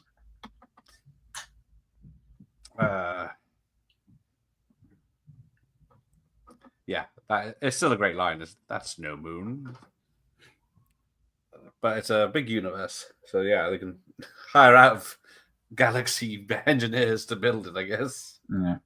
I mean, yeah, Disney's been criticized for some of the stuff that they do there, but the expanded universe also had some big, death machine kind of weapons that were just as big or crazier than the Death Star. I'm not going to give the new stuff crap when the old expanded universe, it did do some crazy things too. Yeah. What's the British accent? It's not yours, Mike. Not a Scouse, not Geordie, not Scottish or Northern or anything. It's Peter Cushing. Yes, is the is a proper British accent. Or Roger Moore. No, yes. The only difference Star Wars made was financial. Sci-fi had existed in Hollywood from day one. It just made a lot of money. Oh, no, yeah. It's absolutely true. Star Wars does not have an original bone in its body. But it doesn't. But it doesn't matter. Shakespeare only created one original story, and even then, that was pulled from a lot of stuff. I think you mean bacon. Do you want to start? So, what was the biggest film of 1977? Pretty much nearly, 3 times as much as Smokey and the Bandit at number 2. Close Encounters at 3. Saturday Night Fever at 4. Bridge Too Far at 5. The Deep. Spy Who Loved Me. Oh God. Annie Hall and Semi-Tough. Number 10. And several of those I really love. Annie Hall in particular is a fantastic movie. Close Encounters, rightly regarded as a classic. And, you and I did Spy Who Loved Me last time. Mm-hmm. Yeah. And then for some reason, no one wanted Quantum of Solace tomorrow night. What? Is it a Daniel Craig movie that people don't like? What a rarity. Yes, I hate Scousers. Yes, I said they're all... did I say they're dull-light bastards? Dull scum, I said. But yes, was it... when they come out of the trash compactor, was it Mark Hamill said, shouldn't our hair be matty and dirty? Yeah. Harrison Ford telling him, it's not that kind of film. And that's been used a whole bunch of times ever since then. It's not that kind of movie, kid. That's it. But yeah. So yeah, no one complains of Mark Hamill's acting in this compared to what's his face from Hayden Christensen. Hayden Christensen, but he seems like a cool dude, that guy now. He is. He absolutely is. And I've seen him in other works. He's hit and miss, but there's a couple that I really like him in. Yeah. But yeah, it is that type of film for someone like that. Mm-hmm. And get away with it's not his fault. Now, this is the one scene I think is enhanced by the special edition. There's like a bazillion stormtroopers in the background. That's great. Oh, yeah. And then there's a joke that gets reused in Temple where he runs into... Yep, it's the same gag. And then there's me doing the, hey, I remember that back in the day. Mm-hmm. It's a reference. But then just before that in Temple of Doom, they had a reference to Raiders with the gun and the sword dudes. Yeah. Which is the better explosion, Alderaan, Death Star, or Krypton? Krypton's an epic explosion. I know this one's been fiddled with, so the original Yeah, is with the Praxis ring. yes, that's a tricky one, isn't it? Yeah, but that's where I'm at. Yeah, runs around the corner. Oh, I see. Yep. Poor Willem. Nothing like a good blaster. Pew pew pew. Now, what are the stormtroopers? They're humans. They're clones. They're Yes, kidnapped they people? are actually humans. In the current timeline, this is discussed in the Bad Batch. The problems of using clones as the army, and Palpatine makes a big thing about saying we're going to do the Imperial Stormtrooper now, and it's a bunch of human recruits. Right. That's not covered in the films. I understand why people still think they're all clones. No, even in the old expanded universe, I think they started to clone from a variety of different templates, so it's not all Tamara Morrison under the hood. Yeah. There we go. There's the Willem scream. Yep. Take a shot.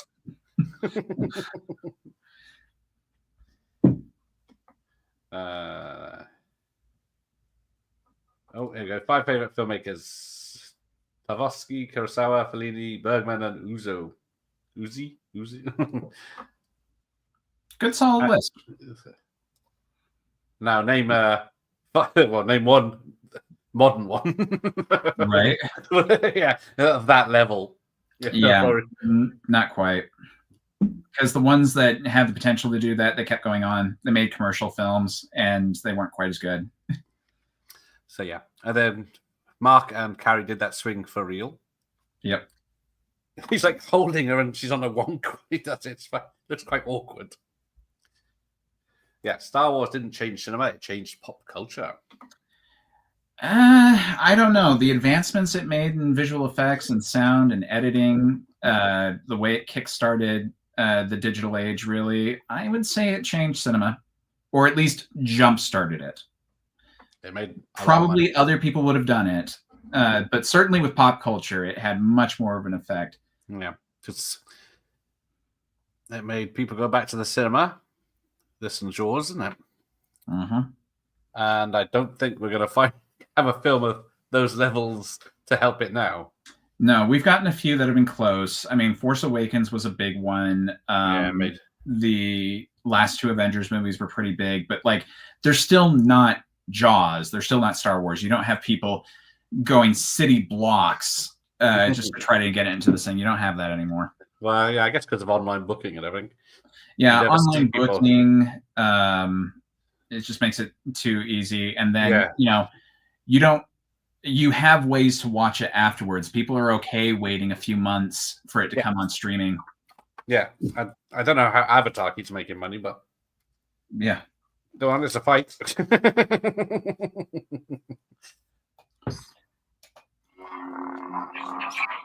Good old Ben Burt and his... Oh, look at him show off.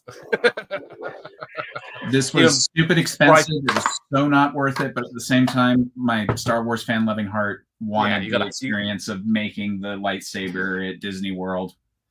Well, I got mine from Disneyland Paris, but it was a cheaper one. Obviously. Yeah. No, this year my wife and I are celebrating our 10th year anniversary, and we never get to go do things like that. We're always pretty conservative, saving up a bunch of money, and so this year we finally said, let's go do some of those things.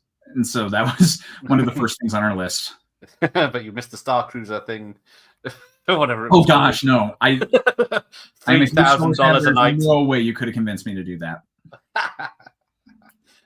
Yeah. Yeah, I have no problem with this fight. No, it's fine. It's like, yeah, they're waiting for each one. There's an emotional resonance behind it. It works. Yeah. So why does he not get cut in half? Vague Jedi mysticism wizard crap. Who knows? Thought so. Yeah. But, don't worry. They, in detail, explain it in plenty of other things. Hey, Slipknot. Yeah. What's their opinions on Lynch's doing? It was meant to be Star Wars for adults. I know Gareth doesn't like it. Who's this Garrett? I do think that's actually one case where the remake was better. The recent one where they split it in the two, but it's such an artifact. It's got things that definitely feel like Lynch, and then things that are so different from the rest of his catalog. I can't say it's good, but I can't say it's terrible. I do like how Darth Vader steps on his cloak. So, hey, what the fuck is he got? Where is this? It's a trap door, and he's naked downstairs now. Just a naked Alec Guinness running through the Death Star. So yeah, Alec Guinness made out like a bandit with this. He got to, was it 1%? He made $2 million, I think, after. Yeah, he out. negotiated for a percentage of the royalties. And the same with the sequels, I think. And then he also had the clause that he did no promotion for the film whatsoever. Yeah. But also, you know who else made money off of this film that had nothing to do with it? Oh. Spielberg. Ah. Yeah. So they had two science fiction films coming at about the same time, and Lucas and Spielberg had a bet that the other person's movie would be better, and they claimed Spielberg won. So he gets royalties off of just this film, not the rest of the films, just the original film. Because it would have been, I think it was re-released in 79. It was re-released a bunch of times. Yeah. 81, 85. Yeah, every 2 years, I think, at least. Yeah. Yeah. I think it made money every time. Oh, yeah. Buck Rogers, of course, came out as a film, even though it was just a pilot episode. Yeah, and the amount of science fiction films that came out after this. Science fact. Science fact. He's going to kill me later. He will. I tell you, everyone uses that clip, don't they? Yeah, no, I even made that joke. My most recent video being the villains layers of James Bond, and I talk about solution. You can put that in any other science fact movie. Yes, that's it. I picked that up. I should have scolded you for that one. That's a poor taste. Yes, my mistake. Yeah, so here we go. So now here's the fight. The TIE fighters, which were just because they look like bow ties, but now are called, what's it stand for? TIE is Twin Ion Engine. That's it. I was gonna say injector, but no. Yeah, developed by Sinar Fleet Systems.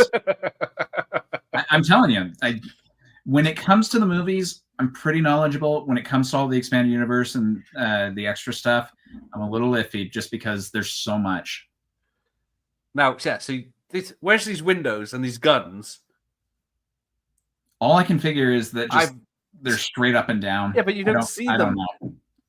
Because we're just getting shots of the satellite dish, which apparently goes up and down because there's shots where it's not on the spaceship, but it's retractable or something. It's one of those get out of. But yeah, I was trying to work it out. They can see each other up and down or left and right because they don't seem to be affected by gravity. But yeah, I might be reading too much into this. There you go. You wouldn't be the first.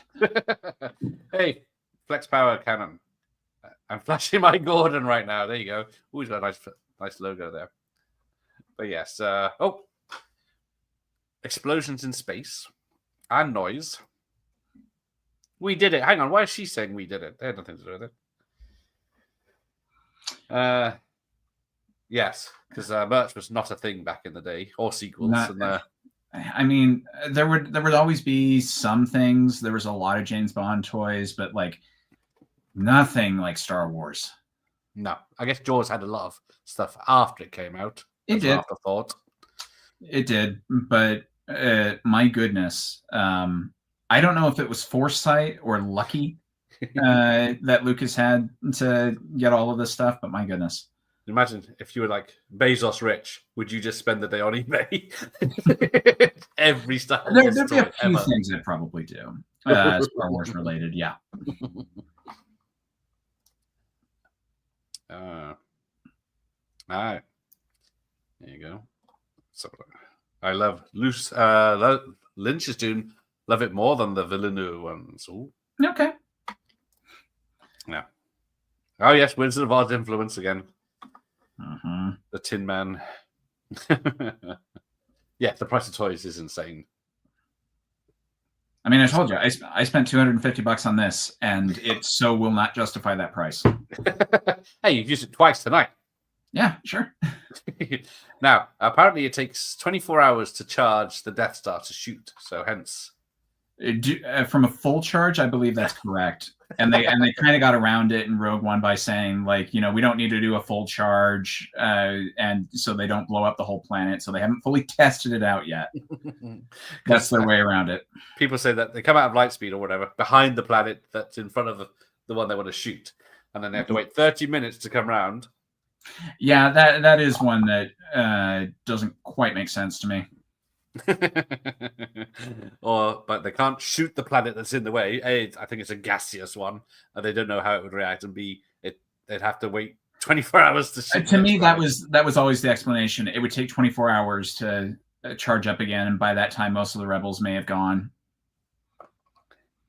It's like this guy. Oh, you're speeding, mate. On his tower. Totally necessary guy. What's he gonna do? Oh, it's just landed. I think they were the rebels.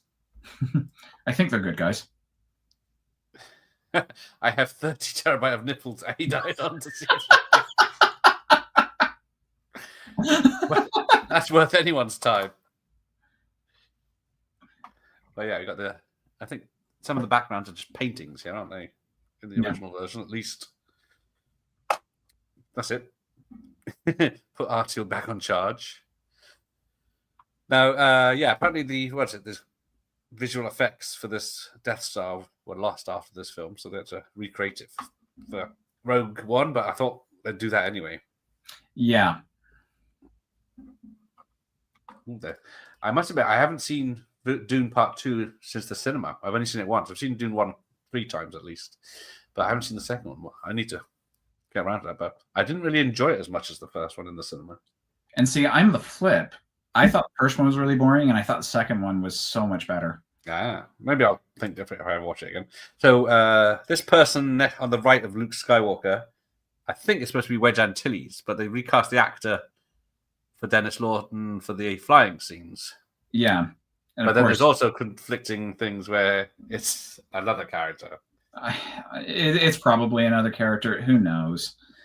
This is one of those films that every single mistake has an in-canon explanation. I did find that out earlier. Oh, yeah. The Marvel movie. Oh, yeah, absolutely. Like Jack Kirby, all the stuff that he did for Marvel, you better believe that influenced Star Wars. Now, apparently, everyone, me included, thought the trench run was in the middle of the Death Star, where it's got a big black line around it, but it's not, is it? Nope. Because what's in the middle is like all the entry ports for all the starships. I never understood how people made that mistake, but you know, there are plenty of other mistakes that it's the only visible line from a distance. But yeah, you never actually see them where they go in that position. So it just looks like it's the biggest trench, but it's not the trench. No, it's not the trench. I think it's like a vertical one or something, someone said. Yeah. The one they go on. Mm-hmm. Yes, totally ahead of the curve with a strong female character. Yes, I think did Carrie Fisher do some ghostwriting on this one? No, she didn't become a script doctor yet. Empire was the first draft of that was done by Lee Brackett. And unfortunately, she died shortly after delivering the first draft. Yeah, comic cons are very different in the 80s now. They're often the cool things. Yeah, they were. I've seen some photos from back in the 70s and 80s, but like they were so niche. Yes, yeah, but not as expensive as the one to buy stuff. I think the last one I went to was must be a good 3 years ago now.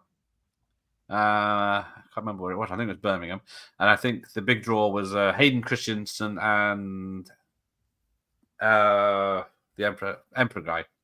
Oh, Ian McDermott. Yeah, we're out there together, and you could nice. spend hundreds of pounds having photos with them. Sure, which I didn't.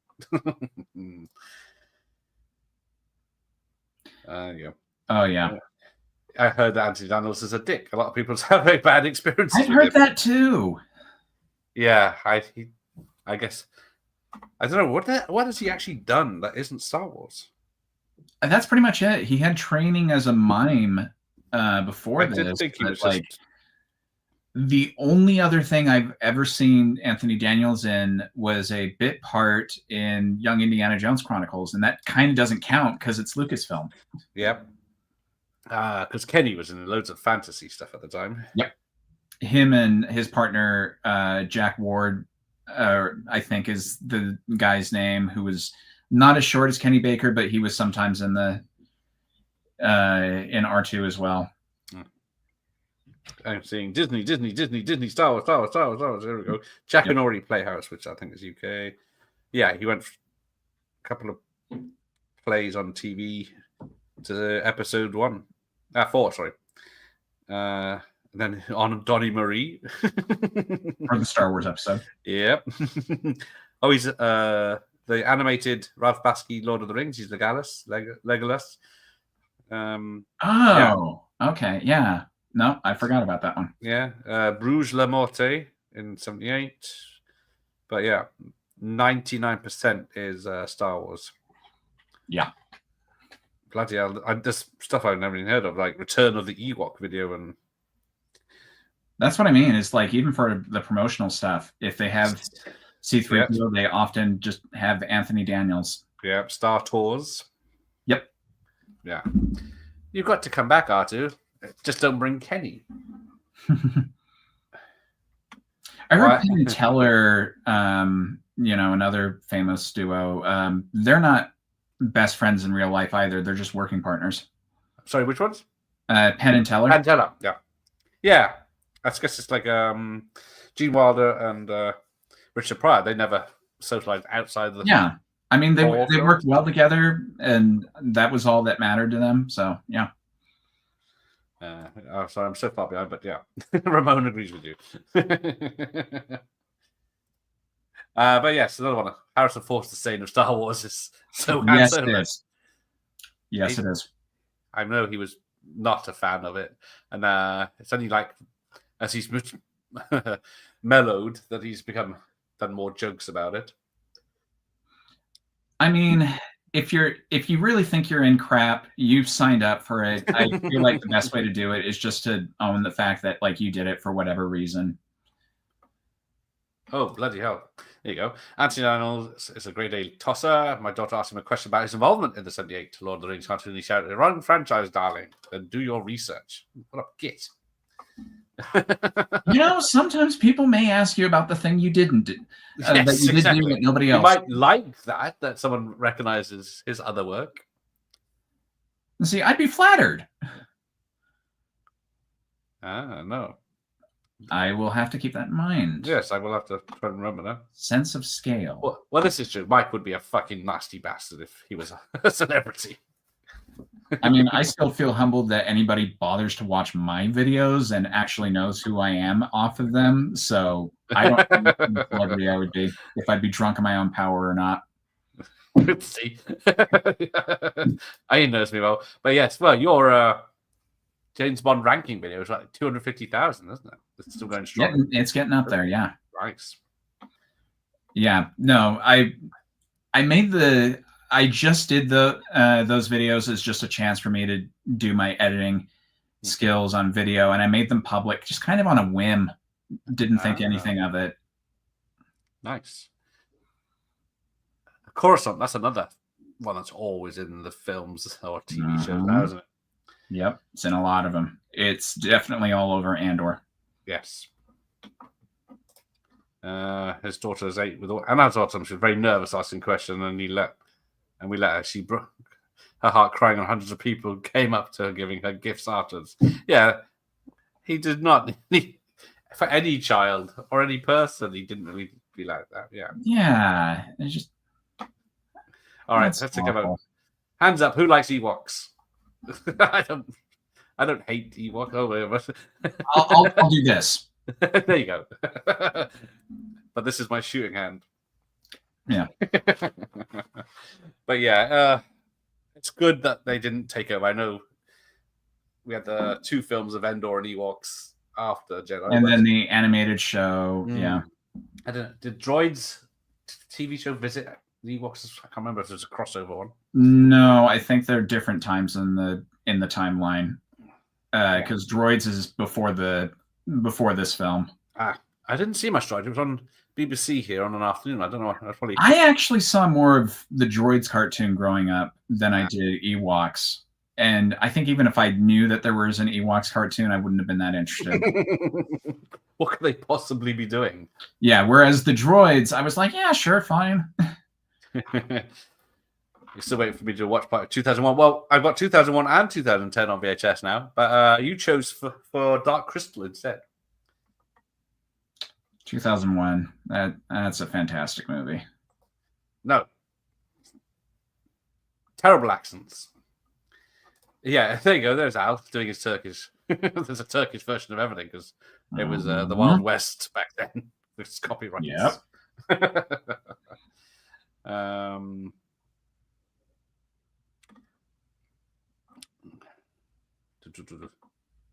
Oh yes, James Cameron wants to digitalize all his early movies. Yeah, Just don't. Yeah, just tidy it up. We like a bit of grain. In fact, the roughness of the original Terminator is one of my favorite things about it. Yeah, when you see that tech noir and all it's red and it's so janky and whatnot, I love it. But yeah, you make it like fucking perfect picture, like it's on Netflix. Yeah, defeating the object. Mm-hmm. Hey, that's Obi-Wan's uncle. Yes, Mr. Dennis Lawson. He's another one I've seen his name at cons. I must be. That's a cool movie to watch in theaters. Yeah, a big screen, especially that trippy ending. What are you doing? Is it true that Princess Leia never misses when she shoots? Or I just imagine. No, she misses. Does she misses a couple of times. Ah, there you go. It's not like in Spaceballs then. He shot my hair.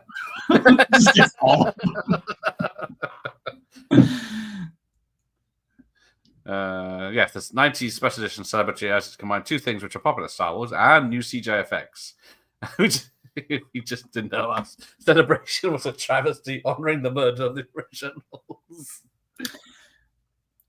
Well, what you say is true from a certain point of view. My cold, dead hands. No. Again, I'll repeat what I said earlier. I don't mind the special editions existing. The original should be available. Yeah. Because we want our original song from Jedi at the Jabba's Palace. I like the end song from the special edition of Return of the Jedi more, but yeah, I kind of prefer the original song in Jabba's Palace more. Oh, hang on. There's a cat doing laps. I'll be right back.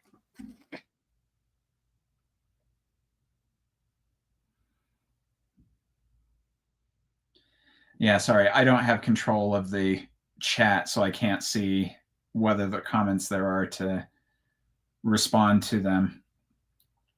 So just kind of comment that I still think this is the best climax of any of the films. Other ones are bigger, grander, more spectacular, but like in terms of an actual story being told, all the emotions that are playing out here, this is my favorite climax of any of the Star Wars films. Isn't the name Porkins just a bit too on the nose? It's pretty mean. But yeah, it's Eckhart. Think about the future. But, top men. Of course, yes. Anything filmed in the Britain that needed an American, he was there. An overweight American guy. Yep, they call him. Yeah.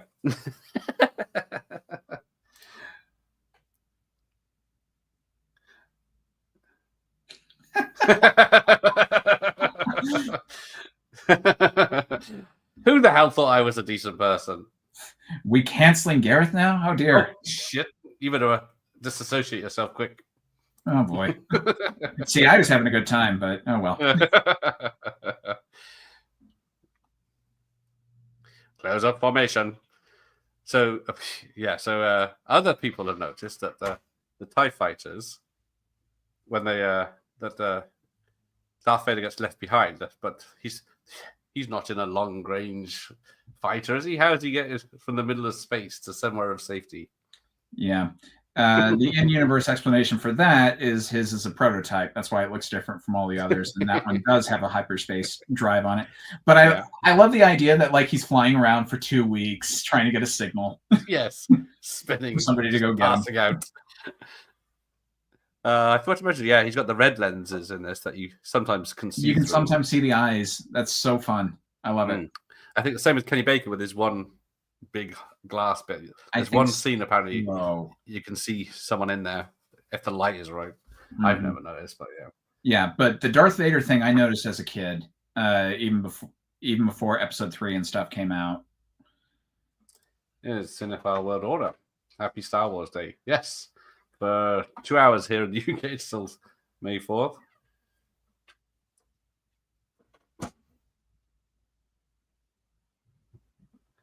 I thought it was listening to I Am Scarce. So I hate no one. Maybe Mike, but it's not just because of his accent.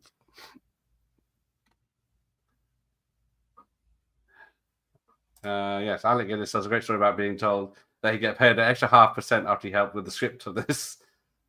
That he called. Ask him, oh yes, the extra 0.25%. But yeah, I saw that interview earlier. It's the one time you spoke about Star Wars ever, I think. Yeah, there you go. There. Yeah, I've only ever seen the one interview. The only problem I have with Kubrick is clinically cold as a director. There's very little human warmth. Okay. Yeah, he does get a performance out of people, doesn't he? Oh, there you go. Obi-Wan was first offered to legendary Japanese actor Toshiro Mifune. Yeah. Two other things about him. He was originally going to be asked to be in Moonraker for the role of Chang, and they couldn't get him. But also, for people that are fans of the prequels, whatever ones of you there are in this chat, Jar Jar Binks was inspired by another role that Toshiro Mifune did. I think it's he plays Kukuchio, I think is the name of the role that he did in that. And he inspired the buffoon Jar Jar Binks. Great. Yeah, so it's the same guy who inspired Obi-Wan also inspired Jar Jar. So apparently there's a cut scene because Luke misses on a first go. Yep. With using the computer. And that's in the novelization because Lucas wanted to show that like this was a really tough thing to do. But Marshall Lucas is the one who persuaded him to cut it out because it was just one run too many. And I think that was absolutely the right call. Keep it down to 3 runs. Hang on, I'll be back.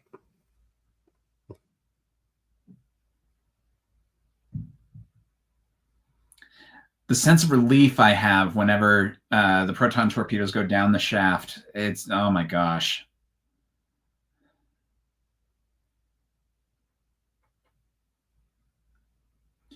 And yeah, for the special edition here, they added the Praxis ring, which I think is specifically called for that scene in Star Trek VI, the explosion at the beginning.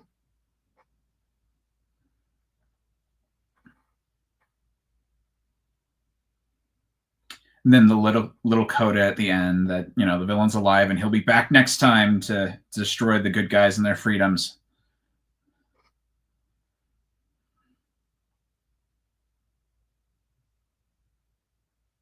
And the famous Carrie moment.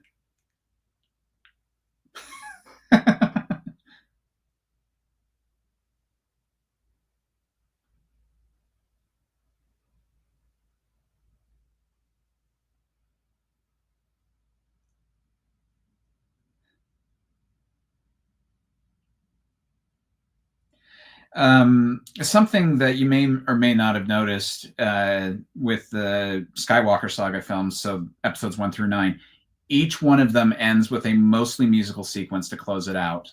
I think Rise of Skywalker is the only one that really bucks that trend. But the rest of the mainline episodes, there's always extended bits of music to close us out.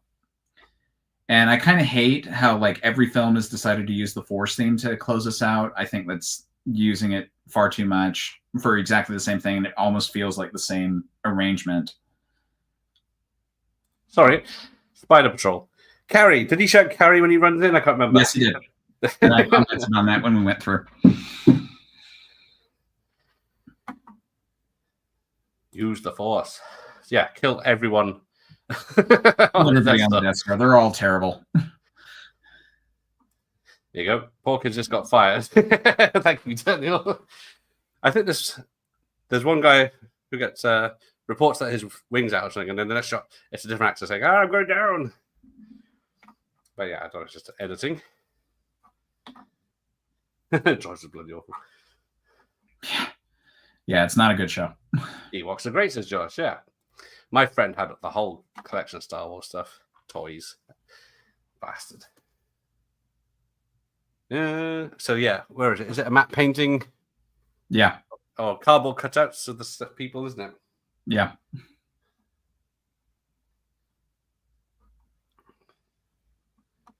And I don't know.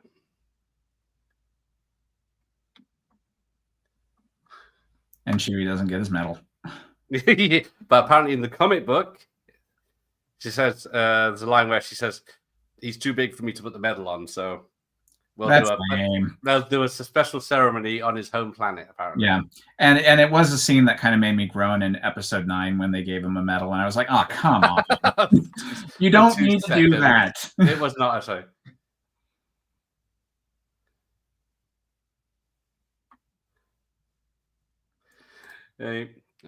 Hey, Ben.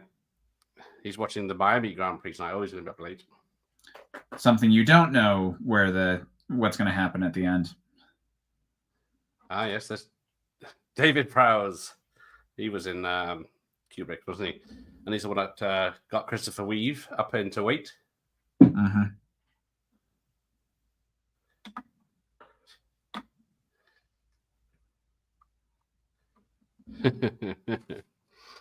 But yes, still no bra for Princess Leia. And then da-da-da-da-da-da. And Star Wipe.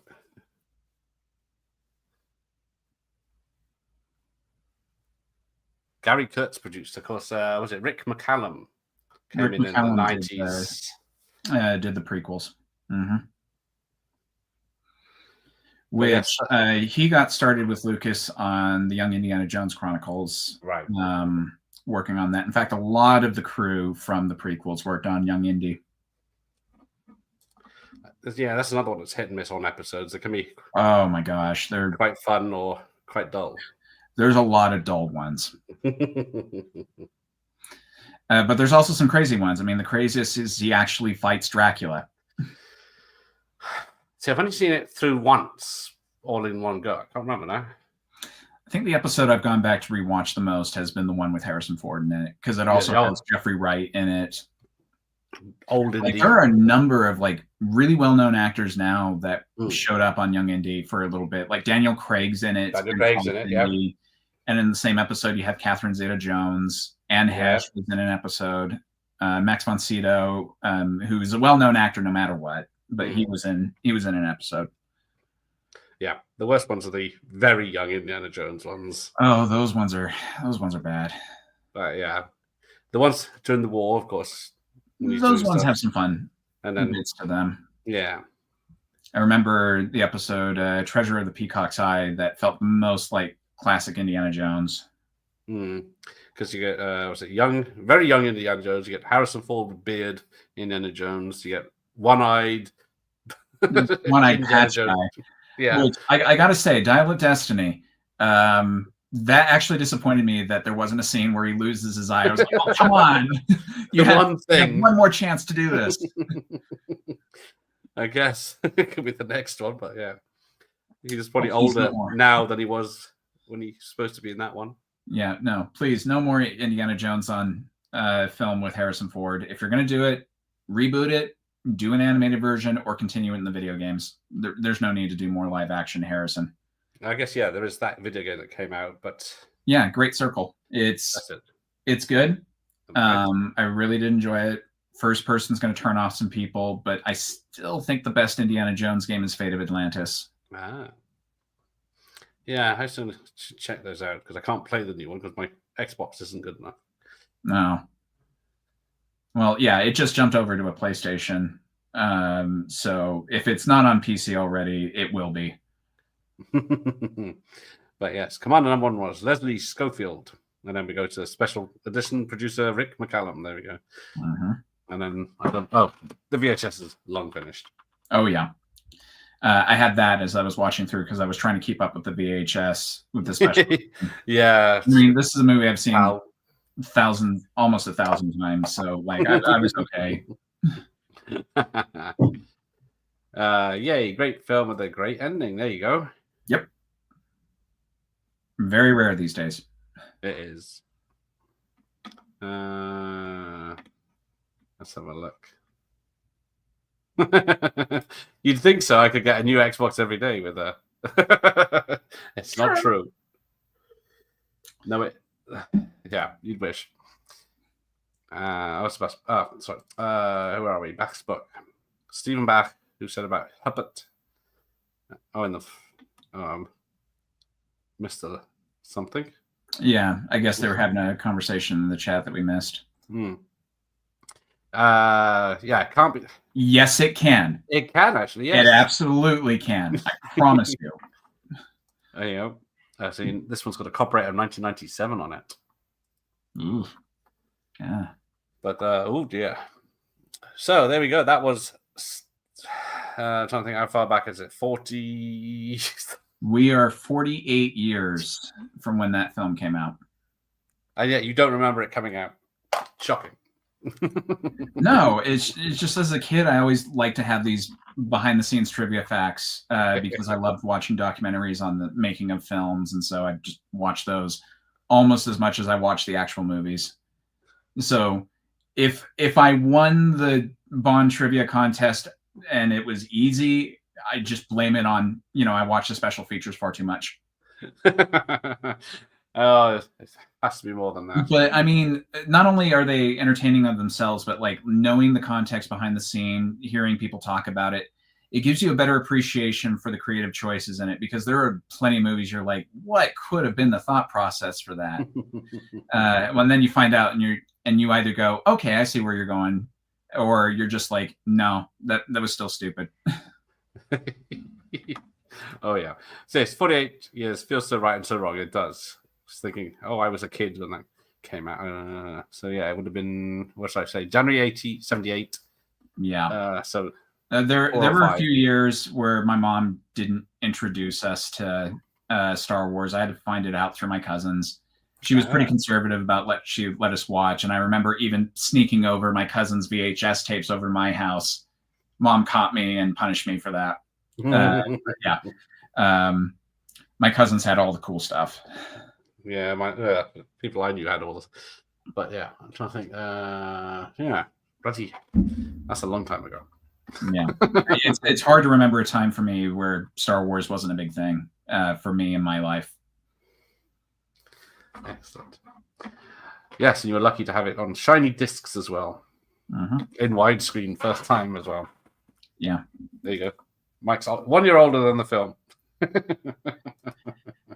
I mean, I mentioned it earlier because I went to go see Revenge of the Sith, not because I love that film. I just wanted to support future re-releases of movies in theaters. And it was so weird because, like, I'm 32. I don't think of myself as, like, being terribly old. But there were college kids there that were too young to see the film the first time or weren't even born when the film came out. And I was like, that's wrong. That's wrong. I distinctly remember 2005. There you go. He's subscribed to our channel. When you get to 10,000, you'll receive a 250,000. I wish. Yeah, that'd be No, I've actually That's an recently been incentive. going through and fighting the copyright bots on a couple of things, and I've been winning a few of them. Oh, so good. actually, finally, my villains video and my Bond women ranking video, the girls video, those are actually starting to earn me money now, which is nice. That's cool, isn't it? Because I think a lot of the big long videos I do, half of them like are copyrighted, and I'd have to appeal, but I don't think I would win. Actually, if you want to talk about that, I can tell you about that because so far I have not lost an appeal. And it's my friend YouRun, who does Dutch Bond fan. He's the one that motivated me to go through the appeals because he has been very successful in getting all of his stuff off, and he got it from another YouTuber and so on and so on. But yeah, it's been really working for me. It's a bit of a process, but you can make it happen. You'll do the dispute. They'll throw it back at you and say, no, it's still fine. You do the appeal. They have 7 days to do something with it. It's often so not worth the headache for them that they just let it go. Yeah, I'd imagine it was because I think it's easy for them to just say no straight away, and then when it's actually fully legal. It doesn't necessarily work for all channels, but for my channel where it's review focused or commentary focused, I am doing things legally correct. Yeah, it's not like it's the whole film. It's like a couple of clips. No. Stuff like that. The longest video I have on there is 75 minutes, and it's going through all the Superman films before Zack Snyder. It depends because I had was it Terminator 2? My video for that it just elapsed for the 30 days of the thing, and eventually, but I won't get the money for like 2 months because it's crazy. But with all the reviews that I have out, the videos I keep making, every little bit does start to help. So eventually, you can afford your video game system. There you go. I'll start appealing next week.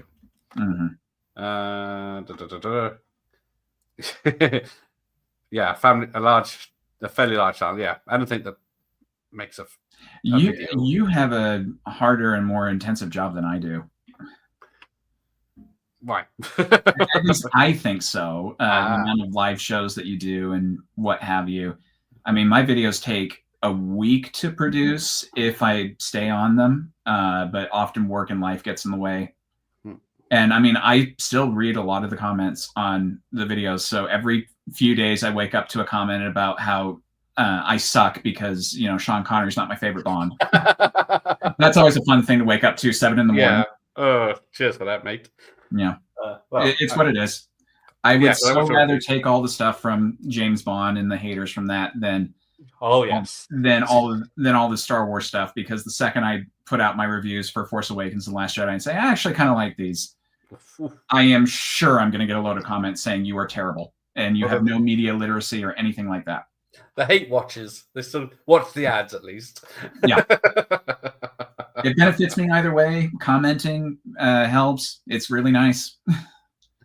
I hold no ill will to you, but there's a couple of comments that really make me chuckle and I think about for months afterwards. That's good. Yeah. If there's something on one of my eyes, and then not coming because otherwise it just starts a chain of other coming back at you. But Ramon's been 47 years young for 24 hours. Happy birthday. Nice. Good for you. Yes. Hang on. Let me just. I can't play the music. But Geffelicitered. I can't even say it. Geffelicitered to Ramon in the chat, if you can understand that. But yes, happy birthday from everyone. There Excellent. You go. I won't sing a happy birthday song because I'm so good at singing that that will get copyrighted. I think happy birthday is still copyrighted, isn't it? Depends on the country, but yeah, it's surprising that had the longevity and copyright. Yeah, the worst is when you get melodies done copyright claims. You think, for fuck's sake. It's a random bit of music in the background, but oh no, this is from so and so.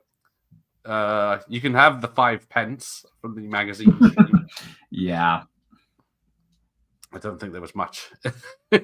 You have to get. Well, it's like I got a short. My Jaws 2 posters short is like doing tens of thousands of views for some fucking reason. And it's like you get. I think it's like £1 for like 10,000 views. So work that one out. Yeah, it does not actually translate to as much as you think it does. No, you have to have millions of short going for millions to make any money. Yeah, that's how they go. Yeah. Oh, there you go. Pierce Brosnan is my very favorite, but I do have a fondness for all of them. Exactly. Not quite as much George Lazenby, but you know, if you want to watch any of those films, I'm good with it. I have a good time. Oh, it's Happy Birthday song. It's okay to sing that. Well, happy birthday to Ramon. That's just embarrassing me and Steve. But yes, Quantum of Solace tomorrow night. Yay! No, much shorter film. It's a short film at least. Well, if I don't get seasick, we'll see how that goes. But yes, as Gary Powell was talking about that earlier, check that out. And his thoughts on working on Ant-Man Quantumania. Yeah, he didn't really seem to want to talk about that one for some reason. He didn't enjoy that, no. I don't hate any of the Bonds. Even Lazenby has gone. I don't mind Lazenby, but yeah, like I won't trash him completely. I mean, there are moments in Majesties that do work because he and Diana Rigg are both doing fine. Yeah. No, I've never jumped on the hate train for any of the Bond actors. No, I say they're all good at what they do. They might be in the wrong film or something, but yeah. Oh, favorite gadget, bloody hell. I haven't sat down to actually figure out which is my gadget because I plan on doing a whole video on those. But if I had to do knee jerk, probably the briefcase from Rush with Love. That might be cheating because it's technically multiple gadgets. If I had to pick a singular gadget, I'd probably go with the laser watch. Yeah, that's a good one. That's because it's like Desmond Llewellyn. When he did the briefcase, he was going to do it in his original Welsh accent, wasn't he? See this briefcase here? They come to this, doesn't it? But yeah, I mean, he said that he enjoyed working with Timothy Dalton a lot because he's another Welshman. Yeah, not that it shows things are about to turn nasty. That's what he comes from Yorkshire. Very steamboyos. Thank you, Mike. A good scouse. Yeah, 1 million views on YouTube is like £2,500. I don't know. Maybe if I did jump on the hate train with actors, because hate streaming does get the views. Yeah, you know, you have Star Wars Theory out there right now, just hating most things, and you know, everybody in the Star Wars fandom knows who he is, for better or for worse. You got Disney, you can hate on Bond, you can hate on. Yeah, I'd rather not. I have enough negativity in my life, just between my job, my wife's job, a whole bunch of other things. I'd rather just say, hey, remember that scene in A View to a Kill? That's a great scene. I don't like the movie, but I like that scene. I'd rather do that. Yeah, exactly. So thanks, Andy. Every time, Stephen. See, that's never mind what I'm spouting. Nonsense. No, you're welcome, Andy. That's kind. Oh, no time to idolize anyone I hate with that passion. Well, we'll find out about that later in the month, won't we? That's the next bank holiday. Yeah, money comes from sponsorships when you're noticed. That has a lot to do with it. I don't know how much you get from HelloFresh, but I'm curious. or BetterHelp. Yes, or the latest video game on mobile phones. Yeah. If you've got a 200,000 channel, that's your job. Some people less than that. They just go for it, but it's a daunting task. The Spider Love Me hits all the right spots. Yes, it does. And for the song, Oh, that's thanks for the song, the parts song. There you go. Thanks, Ramon, for being here. Thanks, have a good one. It's all about the hate clicks. I'm sure the money is good, but it must be pretty exhausting. I don't want to do that. I'd rather come from a place of, even if I don't like the film, I can respect why people do. That's if I had to put it in a nutshell, that's what makes my reviews different. Even if I hate something, I'll point out its good things. Yeah. It was a joke, Roger. I love this. I have 3 Scouse friends. They don't mind when I take the piss. Bye, Ramon. Hand shoots first, says Franz, which is true. Even Harrison wore a T-shirt once. Mike's going to try and make the stream tomorrow. You've been busy. Don't worry if you can't make it. Not a problem. Night, Franz. Chill out. Yeah. It was clearly a joke. See, I am not one to be taken seriously. Clearly. I'm just a fool on the internet. Yeah. Yes, the boy's up from north as well. So we're all just having fun. All right. Thanks for Stephen joining us, and we'll see him for something else next time, I'm sure. Yeah. May the force be with you always. Take care, everyone. And may the force of others be with you. May the 4th is still time to watch. What's an hour and a half film? But the only hour and a half Star Wars film I know is the animated Clone Wars movie, and you're best staying away from that. Okay, there you go. That's a review for that one. All right. Take care.